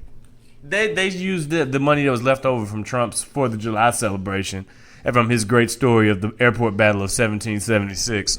They're using at JFK Airport. They're using the rest of that. Yeah, JFK Airport in 1776. This is my thing. Is why? Yeah. Just. Yeah. Fuck it, man. Just, Poignant. Yeah. Just I know. Just fucking. Yeah. Just and I wonder sometimes I get into this situation of thinking, is it really a lot of people really upset, or is it just very, very loud minority? if you're gonna get mad at this movie, at the Little Mermaid, then you're gonna get mad at Frozen 2. What happened in Frozen 2? There's a rumor that's going around that one of the characters is going to be LGBT. So if you're gonna get mad at that, you might as well get mad at this. They ain't read that yet, though. That ain't became a main headline yet. Wait, as they say, hold my beer. Oh yeah, it's coming. Oh, it's coming. It's coming. It's coming. So I'm gonna say you get mad at this. But why weren't people mad that Matthew Broderick played Simba in The Lion King? Oh, we didn't know we were supposed to be mad. Yeah, we didn't know about the voice. No. I'm saying white people was okay though. These white people were okay that Matthew Broderick played Simba in The Lion King. Well, people got mad over, why we didn't get mad at Elizabeth Taylor playing Cleopatra? Somebody that was early though. We was trying to get out of even then. We was trying to get freedom then. We couldn't. We had way bigger things to be worried about. The 50s. We trying to get voting rights. We was like, it might even been earlier than that. Elizabeth Taylor is on. Yeah, it was the 50s for her. 50s, yeah. We trying to get voting rights. We didn't have time to really go into that area yet. We was like, we'll conquer that. Laurence Olivier, all them cats. You know what I'm saying? They playing all the black roles, or excuse me, people of color roles. No, Cleopatra was 63. Okay, still, the Voting Rights Act is 63, so that had just happened. So we were still celebrating. Was it 65? Wasn't it the Voting Rights Act 63? Okay. We just start integrating schools in 61. Mm-hmm. So we was kind of. We still having segregated consonants in 1962 or 63. Right. So we had a couple of things that we was in. That's how we let that one slide by without getting upset. We were busy. Yeah, and we also had came out around that time, right? What's the joint? Carmen, right? Didn't that come out 63? Maybe. So we might have been focused on Carmen. You're my authority for Carmen's 54. It's 54. Yeah, with Harry Belafonte and Dorothy Dandridge, probably one of the finest actresses. That movie is crazy good though, man, and ridiculous. It is 54. You're right. It's crazy. Have you seen it? Yes, I have. Yeah. Hey, man, that chick was super toxic, man. Yep. She's inspired 2 generations of equally toxic women on the other side. Yeah. Man. That's a legacy. Yeah, that's a hell of a trip. That's a legacy built on burnt bones. Harry Belafonte played himself in that one. Sure did. Yes, he did. But why we getting mad over Halle Bailey? Let's see, make me want to say Halle Berry. So Halle Berry actually people were going after her for saying that she was going to be in it. She was like, I wish. Oh, because fucking motherfuckers can't read. Hey, if she plays, she should play Ursula. Just to piss. No, they got playing Melissa McCarthy. Yeah, I saw that. I saw that, man. But you know what I'm saying? It was just to piss people off even more. Her daddy's got to be black, right? Her daddy's got to be black, right? Terry Crews, baby. That's who's playing it? That's what I want. Wow. They was talking about Samuel Jackson, though. Somebody was saying Samuel Jackson. No, they can't let that happen. No, that can't happen, man. Hey, that'll hurt the culture way too bad, man.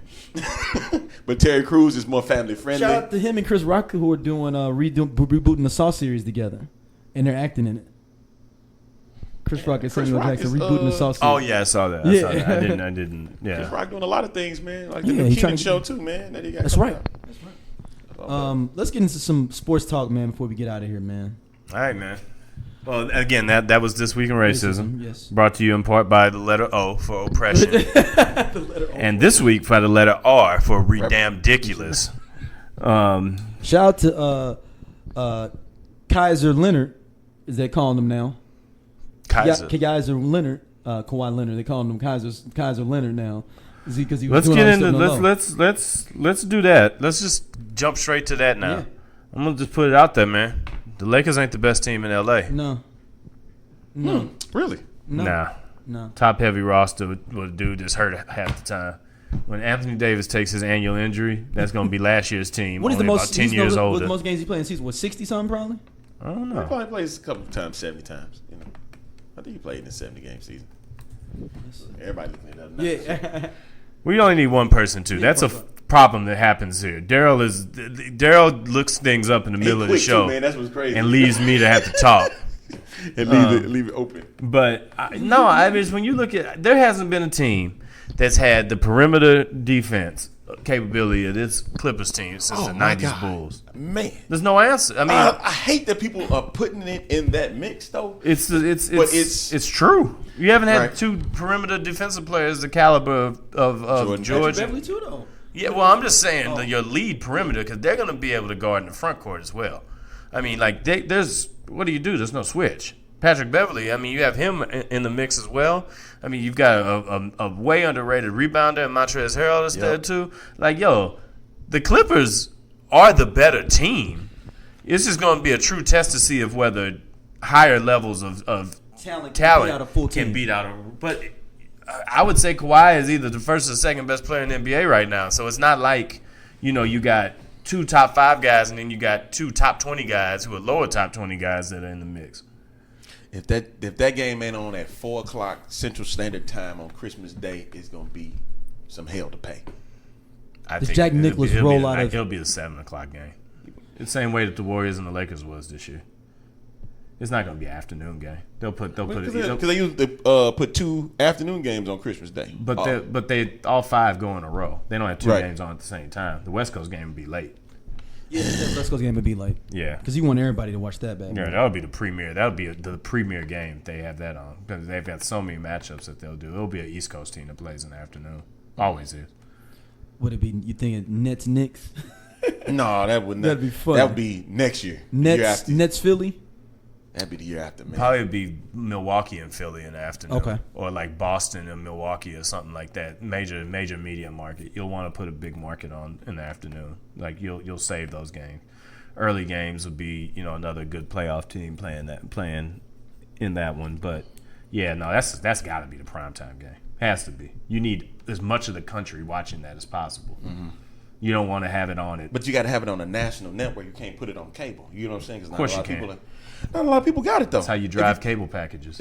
That's why you put it on ABC and you get everybody to drive to it. But they don't care about that. People can get that for free. You want people you want to put your premier games on things that people have to acquire. It's the pay-per-view rule. And then we'll never put the Saturday night game of the week on there. That doesn't mean as much as the Christmas view for the NBA. Depending on who you put it on as a matchup. Well, I'm saying, but that's going to be. I mean, what channel were the Warriors and the Lakers on?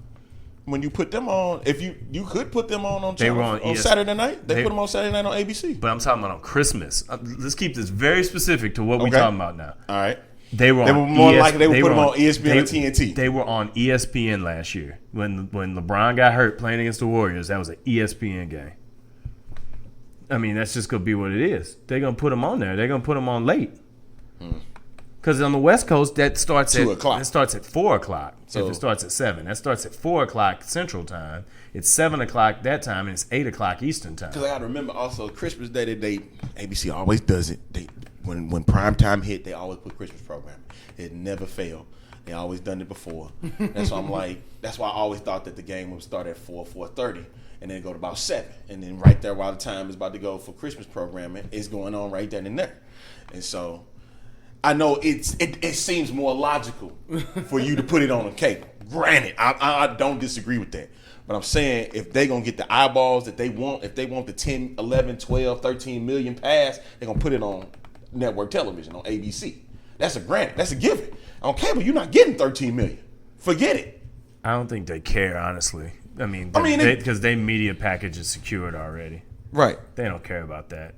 They care about satisfying their network partners with things that they want to have, which is true. And ESPN pays a lot of money to air NBA games, so I mean they're gonna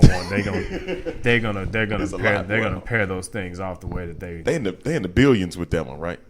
I'm sure. I think look at that NBA television package, man. So what do y'all think about some of the other let's talk about Russ then for a second.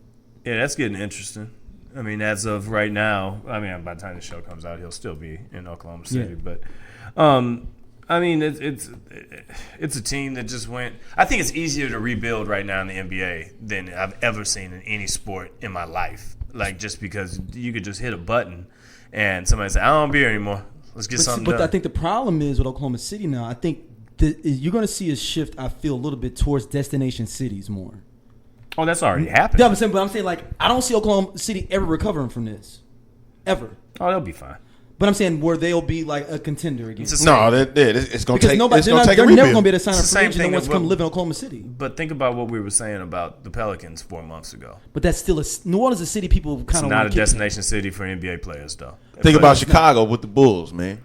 Think about it. That was at one time or another. But you get it though. But that's because of Garpax and then fucking. Exactly. But my thing They've been is doing that, pretty good the last couple of years. Yeah, but I'm talking about just in general, like they just been fucking on money. right.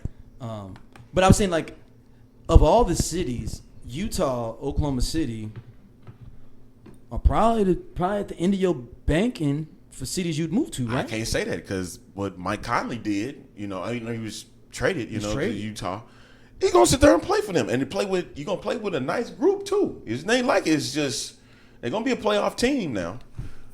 It ain't like it's gonna be some. The thing about the NBA well, he likes snow though. So the thing about the NBA he fits right in there. Is that you're just one draft pick away, and Oklahoma City has a lot of draft picks, and they're gonna probably get some more for Russ. And they've got a fan base that supports them. That's so true. I don't worry about the Thunder. The Thunder will be fine. I mean, it just is what it is. I wouldn't anticipate getting a ton of great draft value in back for Russell Westbrook because, I mean, you're doing a favor by taking him, whoever it is. They'll get some more contracts that they can burn, to get more cap room and stuff like that. But to me, I think Miami is the absolute best location for him. Without a doubt. I mean, that would be go to the East. I heard that in Detroit was the other one. Detroit would be good too. Because, you got Blake and then Derek just the Apex Predator and him together. Yeah, that's the only problem is Russell Westbrook woman kind of look good though. That's the only problem. And Jimmy's there. Jimmy Butler is going to be like Jack the Ripper living in Miami. Just because it makes sense, I guess. But then it's just like he just gonna be down there just posting the way for all y'all girls to come down there on spring break. Y'all ladies. What movie was he in? Jimmy Butler. I mean, he's the Apex Predator. Have you seen the movie The Predator? Starring Jimmy Butler. Phantom of the Opera? Dracula? Hey, man, he tripped when he didn't get with old girl, man. Shay Mitchell, dog. I was like, dog, that was a nice one for her, man. Who Jimmy Butler was dating her for Who's a Shay minute. Mitchell? Now she's knocked up. Who's Shay Mitchell, though? Straight up? Mm-hmm. Super knocked up. Damn. Shay Mitchell. Let me Google. Correction, the Warriors and the Lakers was on ABC. I remember it because I was watching it at a house that didn't have cable. You said what now? It was the second game on ABC. Oh, wow. Okay. I'm not saying it's possible.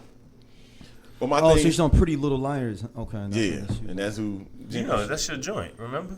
I never watched Pretty Little Liars. Are you sure? I'm positive. Oh, okay. I admit my little bullshit. He tried to pin you to the wall. Yeah. I mean, I admit the bullshit I watched. Don't get it twisted. So yeah, but the Russell Westbrook thing is interesting. There's a lot of teams I think did a great job though. I mean, the Celtics did a good job of getting Kemba Walker. Yep. I don't necessarily know if that's they left themselves mad exposed in the middle though. They don't have an answer for the two biggest problems they have in the East, being Giannis and Joel Embiid. They have nothing that has any type of quality size in the middle at all. Enes Kanter's a great rebounder, but he ain't going body for body with either one of those guys. So we'll see how it comes together. I think they still got one more move they'd have to make in season to try to shore that team up a little bit more. So are the Knicks done for them? Well, the Knicks never got started. I mean, RJ Barrett is the start, man. What is this conversation from? 2000? When Allen Houston was on the squad? They need Eddie to come out there. Shout out to Allen Houston as an All-American. They need everybody. They need Eddie. They need Air Bud. They need. Hey, yo, you said Air Bud? Yeah, he did. He really did. They need Teen Wolf. What was the one Bow Wow was? They might Mike. Yeah. Like Mike. They might even need Thanos. I don't know. They need to do something because they ain't no. Say RJ Barrett. What was it? The fish that say? What was it? Be a good tandem, man. What was it? The fish that say? RJ Barrett and Julius. The Fish fish that say Dr. Pittsburgh. J. Moses Guthrie, goddamn. The fish say Pittsburgh. They need Earl the Goat Manigault. They need everybody, dog.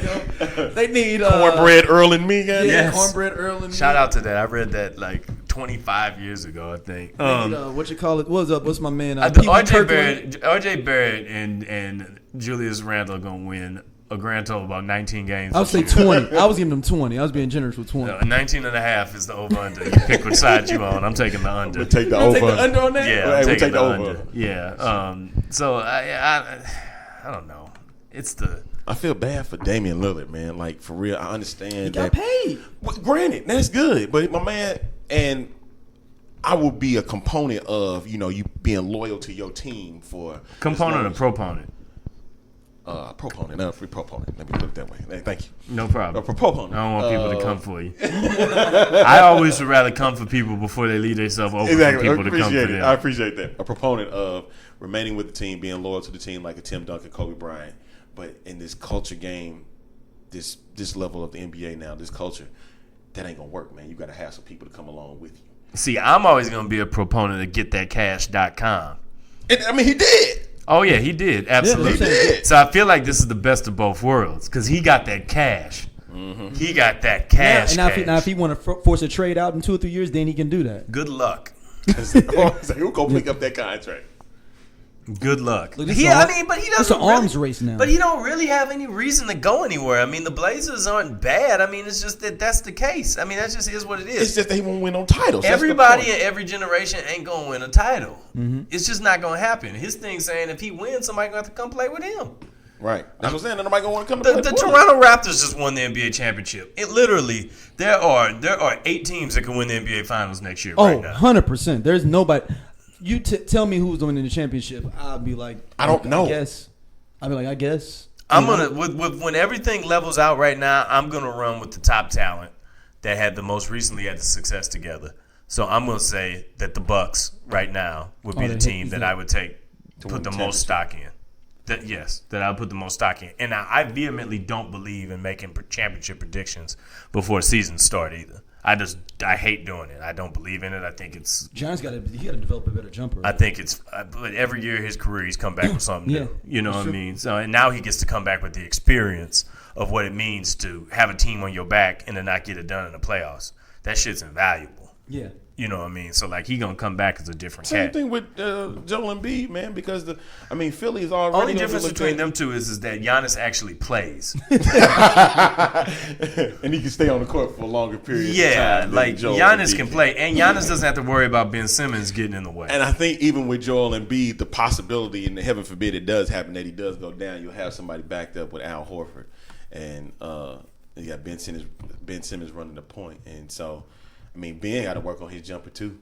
Just like Giannis. Ben needs to rebuild his jumper. Yeah, so he has never had one. He had one in college. Something happened. I don't know what happened with him. The same thing like with Markelle Fultz almost in a way. His mechanics got fucked up. Markelle Fultz did. Psyche too up here. Yeah. Something is up with Ben Simmons. Like he's shooting with the wrong hand or something. Like he could shoot in college. He could shoot in high school. I seen him do it. Yeah. You know what I'm saying? But I think there's just been enough pressure that came down on him to do this. Let's talk about the women's soccer. Hold up. We can't do all this and not talk about the New Jersey Nets, though. The Brooklyn Nets? No, they're the New Jersey Nets, just like they're the Washington Bullets, do. Oh, that's right. You still feel that way. It's like the Houston Oilers. Teams are who they are, yeah. Titans are still the Houston Oilers to me. Yes. So it was another group then that was like that. Another team that moved? The Seattle Supersonics? The Clippers? You call them the Thunder, though? No, because I feel like they got grifted out of Seattle's hands. So, like, it's not the same thing. Yeah. I want to say you don't call the Clippers the Buffalo Braves, though. No, but that didn't happen in my lifetime. This is a narcissism thing. Gotcha. Like the Vancouver Grizzlies. They still the Memphis Grizzlies. Better jersey in Vancouver. Better jersey. I agree. Yeah, it's whack in Memphis. You should be. You are wherever your jersey was the best at. Vancouver. Mm-hmm. If they come with a better jersey, I might call them the Washington Wizards. But they knew their jersey was bad, so they switched back to the Bullets colors. But with just calling themselves the Wizards. Okay. I give you that. Because them other ones is whack. Super whack. Them little, what is the aqua colored or whatever with the little guy. The ones that Jordan was wearing was terrible. Yes. They looked like Harry Potter characters. Yeah, they did. That was the point, wasn't it? The Wizards. Yeah. The Jersey Nets. Yeah. I feel like they bringing a wrecking ball to that team. Bringing those two players. Yes. Kyrie Irving is a disaster. When he believes it's a flat earth, I mean, that's starting. He ain't a leader, that's for sure. Kyrie Irving appeases people that just want to have a star on their team. Just say you got to start. Mm-hmm. Yep. I don't even think that. Where has he ever went and made the team better? Nowhere. I mean, he's filled in the gaps as a secondary guy, but the Cavs were ass before LeBron came back. He didn't do shit before he came back. And they weren't even taking strides like as a franchise. Like you say, we got the number one pick. They were destined for the lottery. He was destined to become Karl Anthony Towns. Ooh. just playing basketball for the sake of collecting the check and being back in the lottery the next year. But, he goes to Boston, and I guarantee you Boston's going to be a better team now. I guarantee you they're going to be a better team this year without him in the way, fucking with chemistry and fucking with the movement of the ball and stuff like that. Yeah, because Kemba's more of a leader. He's so bald. Kemba's more of a leader. Yeah, I mean, I think that that's the balance of what that team is going to be now. There's more room for everybody to do their thing. Jason Tatum and Jaylen Brown get to develop together. Gordon Hayward gets to play off of another talent like Kemba Walker. Like, there's more room for people to live a life there now without Kyrie. Without distraction. Yeah, without Kyrie, Lord of the White Ladies, being in town. The Lord of the Seven Seas and of Flat Earthville, and he annoys me. But one thing before we turn the corner on this NBA thing, Golden State Warriors. Tell me where we go from here. Well, after Iggy's gone, Cousins gone, Livingston's waived. They just released Livingston. No, that was like a mercy kill. That was like Old Yellow. Take Old Yellow out back. Hate to do this to you, boy. Them losing Quinn Cook was pretty big too. I'm sorry, I liked Quinn.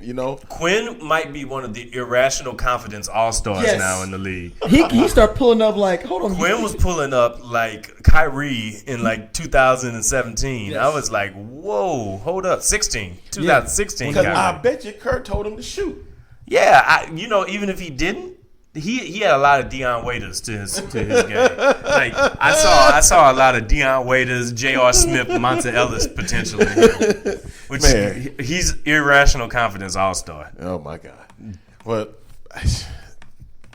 I don't even see how the Warriors load up, man. Even though they are the Western Conference champion, you did get your primary two with Steph and Clay, and now you got Draymond. Now where you go?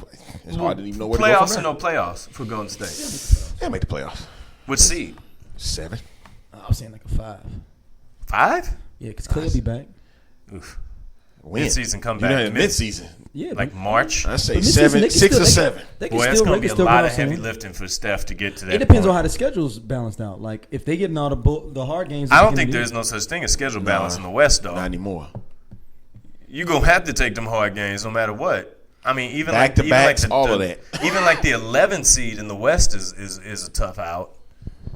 Because, I mean, like that team, like who's the 11th best team in the West? Probably like the Pelicans? That ain't going to be no easy team to play. No, they're lower than that. You think even with Russ? Or you saying this is Russell an idea that Russ will is be gone? gone. Russ will be gone. So they lower than that. Yeah. Are they the worst team in the West without it? No. Who's the worst team in the West? Phoenix Kings? Suns. The Kings. The Kings going to be a playoff team. Kings going to be a playoff team. Darren Fox and them balling. Yeah, You Kings. said the Suns. I agree with the Suns then. De'Aaron Fox and Marvin Bagley and them and Buddy Hield, them boys ball. Yeah. I feel like they're the 8th seed. Okay. Dallas is bad. Dallas is good. They'll be good because the Porzingis will be back too. Porzingis and Luka Doncic. They gotta stay healthy too now. Well, I mean, Luka is good enough though. They To were hold winning his games own. they wasn't supposed to win last year. Yeah, no, Dallas isn't. If you talk about the worst teams in the West, it's probably Phoenix, Memphis, and Minnesota. I mean that. Damn, would, boy, those it's would just a shame how Minnesota just literally fell from grace. I mean, those would easily be the worst teams in the West. I mean, if you look at the top of that conference, you've got both teams in LA. You've got Houston. You've got Sacramento, I'm sorry, not the top, but you've got San Antonio, who's going to be hanging around that 7-8. They're going to kind of be jousting with the Warriors, I think, down on that lower half of that 7-8 seed range. You've got Portland. Yeah, Portland. You got Denver. Utah. You got Denver. So I mean, there's no leeway. I mean, you got to realize that if the Lakers and the Clippers made the playoffs. Yeah. If the Lakers and another team, any other team, makes the playoffs that didn't last year, that means that 2 of the teams that were in already are out, and the West is already Trump tight. Yeah. So Thunder's already considered out. Yeah, so like the Thunder would I would say swap the Thunder and the Lakers. Just swap them out right then and there. But then when you look at the Kings that are coming up, the problem is that the Clippers were the 8th seed. And they moved up. They finna move up. And they're moving up. So, I mean, like, let's say that the Pelicans or the Kings or the Mavericks have a run right there. I think San Antonio falls. I think San Antonio falls out, too. I think San Antonio falls out, too. It's kind of shameful, but that's what San it's looking Antonio was dealing with a lot of health issues last year. Like, they going to have Deontay Murray back this year. Yo, they not going to be no easy thing to deal with. Right. Like, the West is going to be a Nasty. bitch. It's going to be nasty. The West is going to be a bitch. Like, imagine trying to make the All-Star team out there. That All-Star team. Just ask Damian Lillard, boy. He had a hard time for a long time getting in. Yeah, like, it's going to be crazy trying to get that done. So, I mean, like, if you look at the top of that conference, you look at, I mean, the Warriors come down. I mean, the Nuggets, the Rockets, both LA teams, the Jazz. I mean, one of those 5 teams is not going to have a home field advantage. It's not going to have home court advantage, I should say. Like, that's crazy. The Blazers could be the 6th seed. You know what I mean? Like, this might be the best that the West has ever been. And just a couple years ago, when Kobe and Nowitzki and Duncan and all those guys were in it, we were saying the same thing. They could be even better this year. But here's the thing. Since the league is spread out, I don't think it comes at the exact same cost of the East not being competitive either. The East is top-heavy, for sure. Yeah. But the bottom half of it isn't like when teams were like winning like 39 games and making the playoffs and shit. Yeah, because I think every team in the West is going to have a 500 record getting in, at least. Yeah. You got 42, 40. So shoot, it may end up being, because I don't think anybody going to win 60 games this year. It'd be lucky if they do. Maybe in the East. Yeah, in the East. Yeah. No, in the West it might be tough. In the East it'll be the 60-game winner for sure. The Bucks you give is a 60-win team. Yeah. Yeah. Okay. In the East, I mean, it's not been as much highlight stuff happening on that side, but I mean, real quick, hit that, and then we can switch over to this women's soccer team. It's gonna be a 2-hour show. It's just gonna be what it's gonna be. Good. But you got the Bucks, you got the Sixers, you got the Celtics, you got the Pacers, who did some nice things. Added Malcolm Brogdon. I like the Pacers too. Yeah, the Pacers are solid. The Pacers and Jazz are like the same team to me. One's out west, and one in the east. Midwest type. So Philly, Milwaukee, Indiana, Boston. You've got you've got. Will they make the playoffs with Kyrie? Yeah, I think they're 5 seed. I think they're like a 5 seed, 4 seed. Them and the what's the name is a switch off. Them and the Pacers, I think, are jousted. What about the Magic? Do they get in? Yeah, see now, so like when you get down to 6, 7, 8, things are going to get interesting because that's where you're going to have teams like the Magic. You're going to have teams like the Pistons who are a little better. And you didn't even mention the Raptors. And the Heat and the Raptors. The Raptors out of the playoffs at this point, to me. I think the Raptors are still a pretty solid squad. No. There's no way. They're not worse than the Magic. They're worse than the Magic. How? Quantify it. They lost the best player on their team. They didn't have the best player right now is Kyle Lowry right now. The best player on their team is Pascal Siakam right now. Yeah, I'm talking salary wise. Marc Gasol. Look, when they put up the program, Kyle Lowry's gonna be in the front. It doesn't. No, the title is going to be on the front. The trophy will be on the front. No, I'm talking about. They can't put on there. Yes. But I'm saying, Kyle Lowry's in the first page. But that's okay. Kyle Lowry is a regular season All-Star. That's fine. That's better than anything on Orlando. They make the playoffs at all. That's better than anything on Orlando. I don't think they make the playoffs at all next year. Dog, Fred VanVleet, Kyle Lowry, Pascal Siakam, Marc Gasol. They have a great chance to get in. OJ Onabi. They got a great chance to get in, man. Evan fucking Fournier and Nikolai Vujicic? More than that. They got my man Gordon. I'll pull up the roster because I know. If you got to pull up the roster. Thon Maker's on there too. Thon Maker. Yeah. You talking about Mo Bamba? Mo Bamba. They both the same person. See, look at this. When you can interchange somebody, they gonna make it. I think that I feel like the Pistons and the Pistons and the Heat will be the 6, and 7, and the Raptors are gonna be the 8. Slide in at 8. Yeah. So, but that's only if Westbrook go to one of them teams. I think that the Heat can make it with Butler either way. Yeah. They'll just have a better seed with Russ. Yeah. I think they'll be, because Jimmy is what that team needed. Like, they weren't, I mean, they're basically last year's team. They lost Josh Richardson. But, I mean, they needed somebody they could throw the ball to and say, do what you got to do. Like, All-Star Jimmy is back. I forgot they ain't got Whiteside. Whiteside went to Portland. So. Yeah, that helped them out a ton. Yeah, but Whiteside was overpaid like a motherfucker. Yeah, get that big son of a bitch out the way. Speaking of people that aren't overpaid, let's talk about the women's soccer team. My favorite thing is when we get to the point when we have the national pride events. When everybody loves America. That's why I tell people all the time, I had a big debate with my homeboys in my chat group, and I was like, if the U.S. soccer ever made a Final Four for the men's, it would be the biggest sporting event in this country for people being out kicking it to watch that game. Even damn near more than the Super Bowl, because everybody will come out just being patriotic. Yeah, but if you can get, I mean, like the only thing that gets close to that is Olympic runs. Like that's the only thing. Like when, like Michael Phelps had brothers caring about swimming. You know what I mean? And it's like people. If America does anything, it gets behind a winner, unless you win too much, and then America doesn't like you. That's Michael Phelps, wasn't it? When you're winning in the name, people love the Dream Team, but I mean, it's 04 Dream Team people did not like Allen Iverson's on it's. No, I 100% believe it's because Allen Iverson did that. People didn't like that team. Isn't the 04 team the one that lost? They got a bronze, though. That's why they ain't like them. Hold on. They got a bronze, right? Yeah, they lost. They lost. Yeah, they lost. Exactly. The U.S. Okay, you're right. Ain't even no bronze, we just lost. Yeah, because we lost. Because I'm about to say nobody cared about the 02 team. Allen Iverson balled during that Olympics. You had young LeBron, you had Kobe, you had. Wait, was Kobe on that team? Was he on that? I know he's on the 08 team though. Was Kobe on the revenge team? Because then they came back and they redeemed team. I call them the revenge team because they came out there and they was trying to murder people that year. At any rate, America loves a winner and they get behind it. The only time America doesn't love a winner is if it's another person that they don't like. Kobe wasn't on there, so Kobe can always say, "I win with y'all niggas." Kobe wasn't on that team. No, that's what he would say. I guarantee he says that. In private. I guarantee you his fans do too. The stands. The stands. Not no fans because they sure stand for him. Yeah, they're the Beyonce of basketball.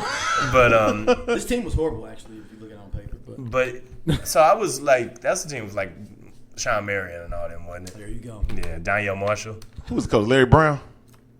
Yes. Danielle Marshall was on that team, wasn't he? But it'd be funny if he was on here. It seemed like it'd be like Richard Jefferson, Lamar Odom, Tim Duncan, Amari Stoudemire, Sean Marion, and Mecca Okafor. That's who you probably. There's the red herring. Yeah. LeBron James, Carmelo Anthony, Carlos Boozer. Oh man, he fit in then though. Yeah, Dwayne Wade, Stephon Marbury, and Allen Iverson. Yeah, that team. That's not a great team. But I mean, it's got 10 Hall of Famers. It's only got like 8 Hall of Famers on it. It doesn't have the usual 12. This is like that squad you send. You was like, fuck it, we'll win anyway. No, that was what the problem was. And Manu Ginobili said, "The hell you will." The hell you will. I've been busting y'all ass off winter. I'm gonna do it in the summer too. Birdman, daddy, I fly in any weather. I love to see this, man. I love to see what happened with that. I'm trying to find myself either a men's Alex Morgan or Megan Rapinoe jersey right now because I need that. How long have we sat around and watched men's jerseys be worn by everybody, but we still act like it's like some kind of weird taboo to support the women the same way? But you know why you don't see the money that comes in? Because of stuff like that. Like when you talk about equal pay, which I believe in, and I think that as long as it's federation pay, it should come. That money's got to come in a corporate manner in the same way. Like this World Cup doesn't have anywhere near the same amount of financial backing as the men's do. The men, even though the U.S. team isn't any good, it still is a men's United States national team for a massively popular sport. That's going to always get people to open up their checkbooks. Hopefully, it doesn't take a third damn World Cup win for the same thing to happen for the women's sport because they deserve it the same way. Without a doubt, man. Marketing dollars behind them. Right, and that's what it all pertains to is the marketing dollars. And, you know, major corporations, MasterCard has been behind, like, I know the World Cup forever, and they've been behind the men's national team. How come the women can't get that same deal, man? Mm-hmm. And that's why I'm like, they did was impressive, man. The men's soccer team is full of bums. Except for my boy Jose Altidore, I fucks with him. Well, that's what I'm saying, man. He's a real dude, though, too. And a lot of people got to relate with Alex Morgan and Megan Rapinoe, man. You know what I'm saying? So, and probably had better viewership than ever before, you know, especially here in the States. Even though people hated on them, they still was watching because they wanted to probably see them lose in the get-go. Because now they started getting brash and they started getting cocky, and they still backed it up. Mm-hmm. So... I mean, it's a real thing, and I'm a huge proponent, man, of what happened, and I love seeing it, and I love the fact that the teams right now in America, when you look at national teams, aside from the men's basketball team, which I think we kind of look at in a different vein than every other one. You know, between the women's gymnastics team and the women's soccer team, those are our powerhouses. Yep. That's it. They're driving the conversation for saying about why sports equity needs to happen and why recognition needs to happen on those same levels. And I love it. I'm all it used about to be it. the softball team. Softball used to dominate. Hell yeah. Hell yeah. It's like most of men's sports now, what? Like, hockey don't do good from USA side, I'm talking. Mm-hmm. When the last time you heard them win? You hear Canada, Russia. Well, and I think that, and I think that the thing with the difference with that is that the Canadian national team is the equivalent of the U.S. basketball team. I mean, it's just an incredible amount of talent that's always come out of Canada. When America wins, it's upset central, you know, because we're not supposed to win at that. I think that's it. I don't think it's necessarily that they're bad. I just think that they're just not as good as the best team in the world. It's kind of like, who's the second best nation in basketball? Like, who cares at this point? Exactly. I mean, you have Spain, Argentina, you know, those guys. Yeah. Like that, we just gonna be real. Yeah, like that cut of guys, you know, where you gotta send a good team. You can't just send a bullshit team because you'll lose. You'll get smacked like when they sent Danielle Marshall. He was there. I don't care what anybody say. And they sent Danielle Marshall and Carlos Boozer over there. And Ben Wallace. And then you sat at home and had Kevin Garnett, Tim Duncan, and Kobe Bryant sitting at home looking like, hold up, what's about to happen? You know, you sent young you sent young LeBron and young Carmelo who were playing the international game for the first time in their lives. You know, it's a whole different thing. You got to boot up. You got to boot up to do that. So I'm proud of them women, man. I'm really excited to see that. Yeah, the men. Oh god, they just suck, man. So how much did they get paid for? The women did for. The women now are suing FIFA right now, or no, FIBA. The share for the team was $2 million. No, it's the U.S. version of the share. The share was $2 million for the team, and the men's share was like what, 10 million? I think it was 9 or something like that. If you win, the whole thing is the whole. The men get paid even if they lose. The women don't. Really? So women take all for women? There's just a bottom line thing that makes sense for it. When the men's team play, they still get $5,000 a game if they lose, but the women don't make anything when they lose. So. Damn. So they out there literally living like. For their lives out there. Like, well, that's a legitimate. I mean, even the women's game for basketball, you know, during the Olympics, they was dominant too. It's like you didn't want to see them lose either. You know what I'm saying? Even outside of that, I would say basketball is still an American-dominated sport, although it's got an incredible international presence. I mean, the best. Who's the best non-American NBA player right now? The Joker, Nikola Jokic. Yeah, Jokic. I would say Jokic. Yeah, I mean, it's got to be Jokic. Yeah, I mean, but Ben Simmons, Jokic. Yeah. I mean, it's splatterings in there. Luka's up there now. What country has 2 top 30 players that's not America? Shit, it used to be the Gasols. Well, at one point, you know. The Gasol brothers? So, I mean, but look at that. That's an anomaly. That's an incredibly talented family. I'm just talking about like producing it like across the board. It's just not there. I mean, it's just an incredible wipe. I mean, baseball's got incredible parity. But look, when they won the World Baseball Classic, people cared about the World Baseball Classic. Yeah, they were surprised as hell because America loves a winner. Yeah, he said because America loves a winner. That's it. America loves a winner. True.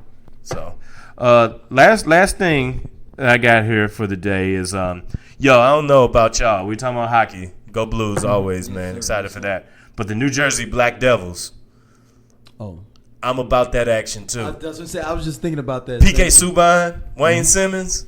Yo, the Devils kind of suck, but they've been active. They had the number one pick. They've been trying to do some things. Yo, I got to get, as always, man, wherever PK go, my attention goes. 100%. Because he wore a fur coat to a game. That's when I knew I loved him. No, literally, I was like, who is this brother?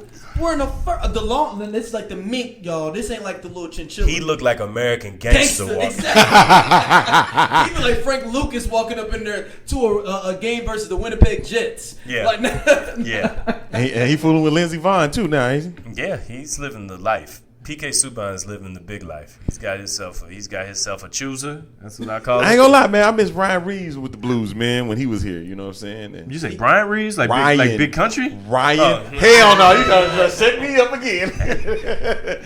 No, Ryan Reeves, man, former Blue man. I wish he was here for that title run, but of course, you know. And he got he made his run the year before. He got close. Got close. Didn't quite get it though. Didn't quite get there, but yeah, man. So Arlington, man, I know you got a lot going on, man. Put the plugs up. Don't just give us the plugs. Give us the explanations, man. God Almighty. Well, the A Train STL. You can go find me on Twitter. You can go to In the Zone Network at NTZ Network on Twitter. In the Zone Show. That starts with an N. Don't do IN. Don't do none of that crap. So In the Zone Show, In the Zone Network. The A Train Show is what I got going on. I got a Chick Sports with Ashley Wright. Does a great show. My man Palmer Alexander III, aka The Living Legend. You know, KIL, one on the kill, but kill still kill. And then I got a new guy coming in the mix. His name is Josh Price. He got a show coming out called The Price Check. So it's gonna be dope, man. I can't wait for that. And just got a lot of good stuff. We got the XFL coming up, man. And so talk to me about the XFL, because you're I've been all the way in on it. Yeah, I'm all the way in on it. So what drove you to get behind this particular league? Well, both of them, the alliance before it went away. Well, what got me excited about it, man, is because it was something different. You know, it was a totally new league, and I understand a lot of people don't like it because it was scabs playing the game. You know, so I was like, I'm still gonna get behind it because I'm rooting for the underdog. Yeah. You know, I've always felt like underdogs should get an opportunity to get a shot. And you know, when the XFL drawed in last year in 2018, I'm like, okay, I'm back in. You know, even though it was like 17 years prior to that, it was like they was kind of trash then. But they always have Mr. Smart. Did they find him yet? Yeah, they found him. They found him. They found him. And that's what I was like. Was he in Magic City? He probably was, dude. Was he chasing his ultimate happiness? Was he at the happiest place on earth? Let me see. Yeah, find out where he was at. But no, here's the thing with when Vince said he was bringing it back, they said there was no gimmicks.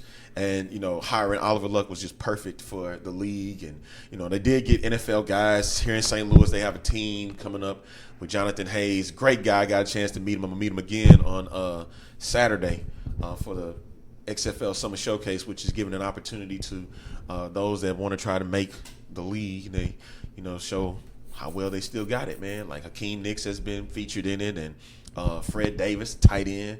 You know, he got involved. And so are you gonna announce the games? Man, we'll see. We've been we've talking a little bit, man. We maybe want to do something working with them, and we've been talking with the media group over at the XFL. So hopefully something pans out, man, with them, man. We had a good group, and I was just surprised that the following that XFL St. Louis got. You know, over the other teams. I understand that we don't have an NFL team, but the other cities it does. But it still has a nice. So St. Louis has a pretty big following so far for the XFL. They're the only group over 10,000 followers. You know, like it's just a small league, bringing it up and whatnot. So that's actually perfect, man. And this is without even a jersey, without even a roster. You know, is it a team name yet?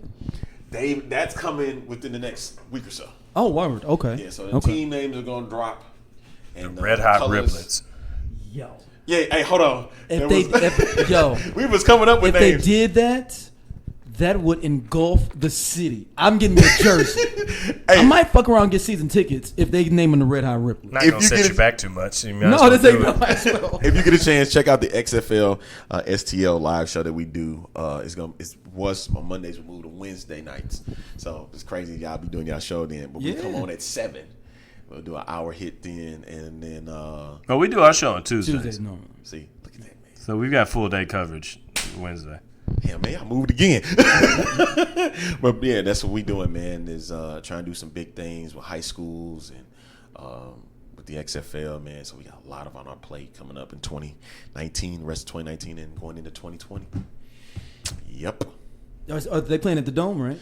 Yep, 5 games, man. They played The XFL paid them.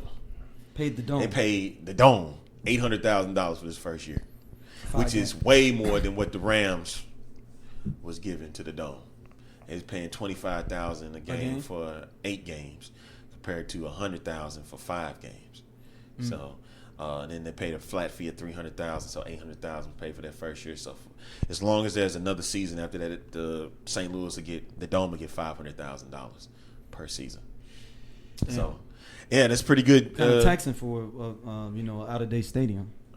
Yeah, and I think what's the biggest key thing about the proponent with the XFL was the TV contract. Them getting Who's the TV contract thing? It's with ABC, Fox, ESPN. Oh shit, I didn't know that. Yeah, so and the networks won't pay the league. It's like they just handle the productions for them, and the league is going to take care of the cost. And that's the thing with the difference between the Alliance and the XFL is that the Alliance, they had investors and they all screwed it up, which is in the XFL is just one major investor. His name is Vincent Kennedy McMahon.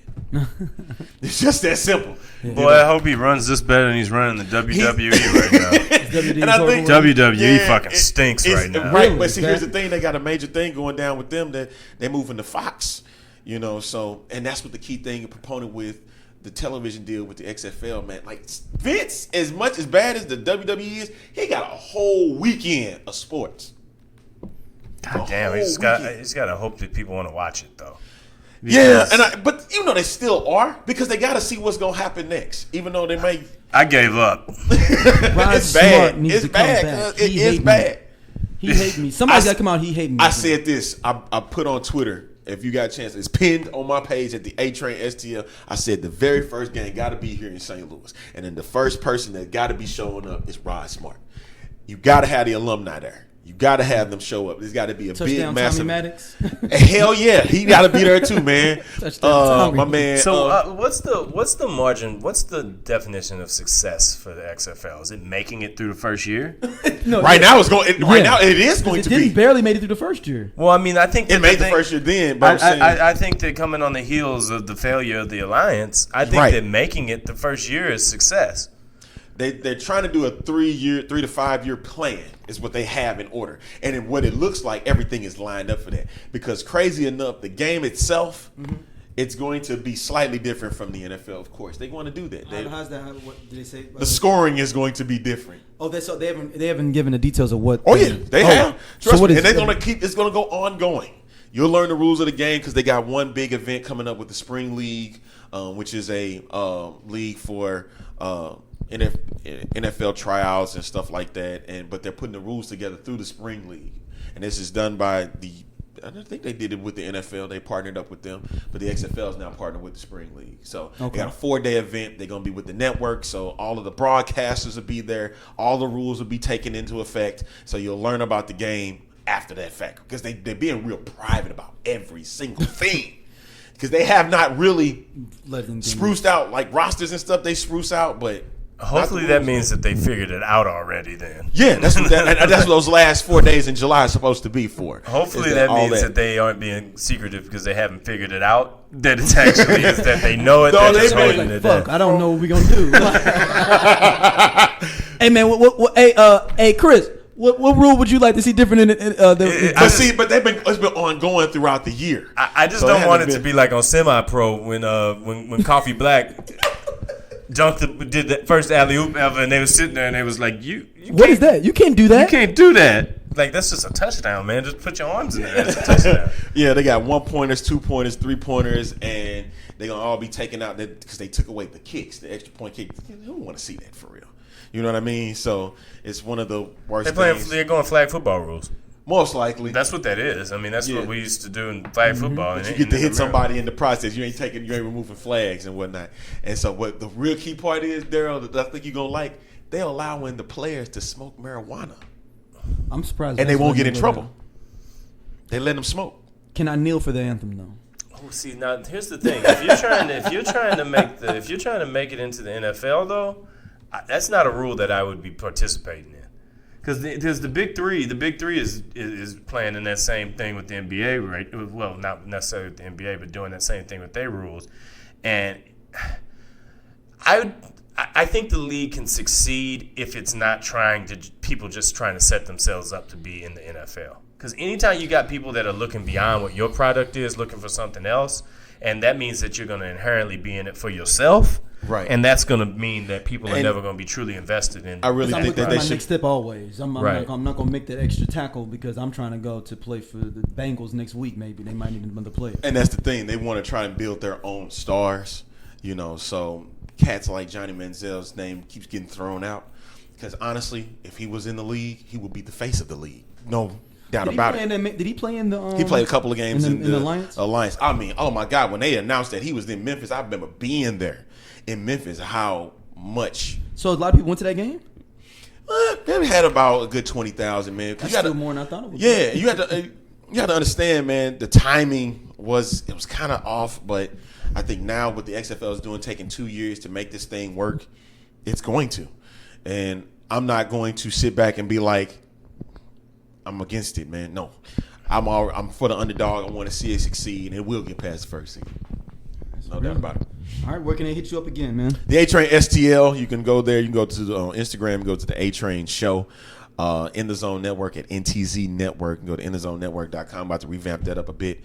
Alliance to XFL with the number 2. All that's being revamped shortly. So you can go on Twitter to Alliance to XFL. Find out the best in XFL news, man. And I'm excited, man. It's a lot getting ready to come up for us, and we getting ready for it all.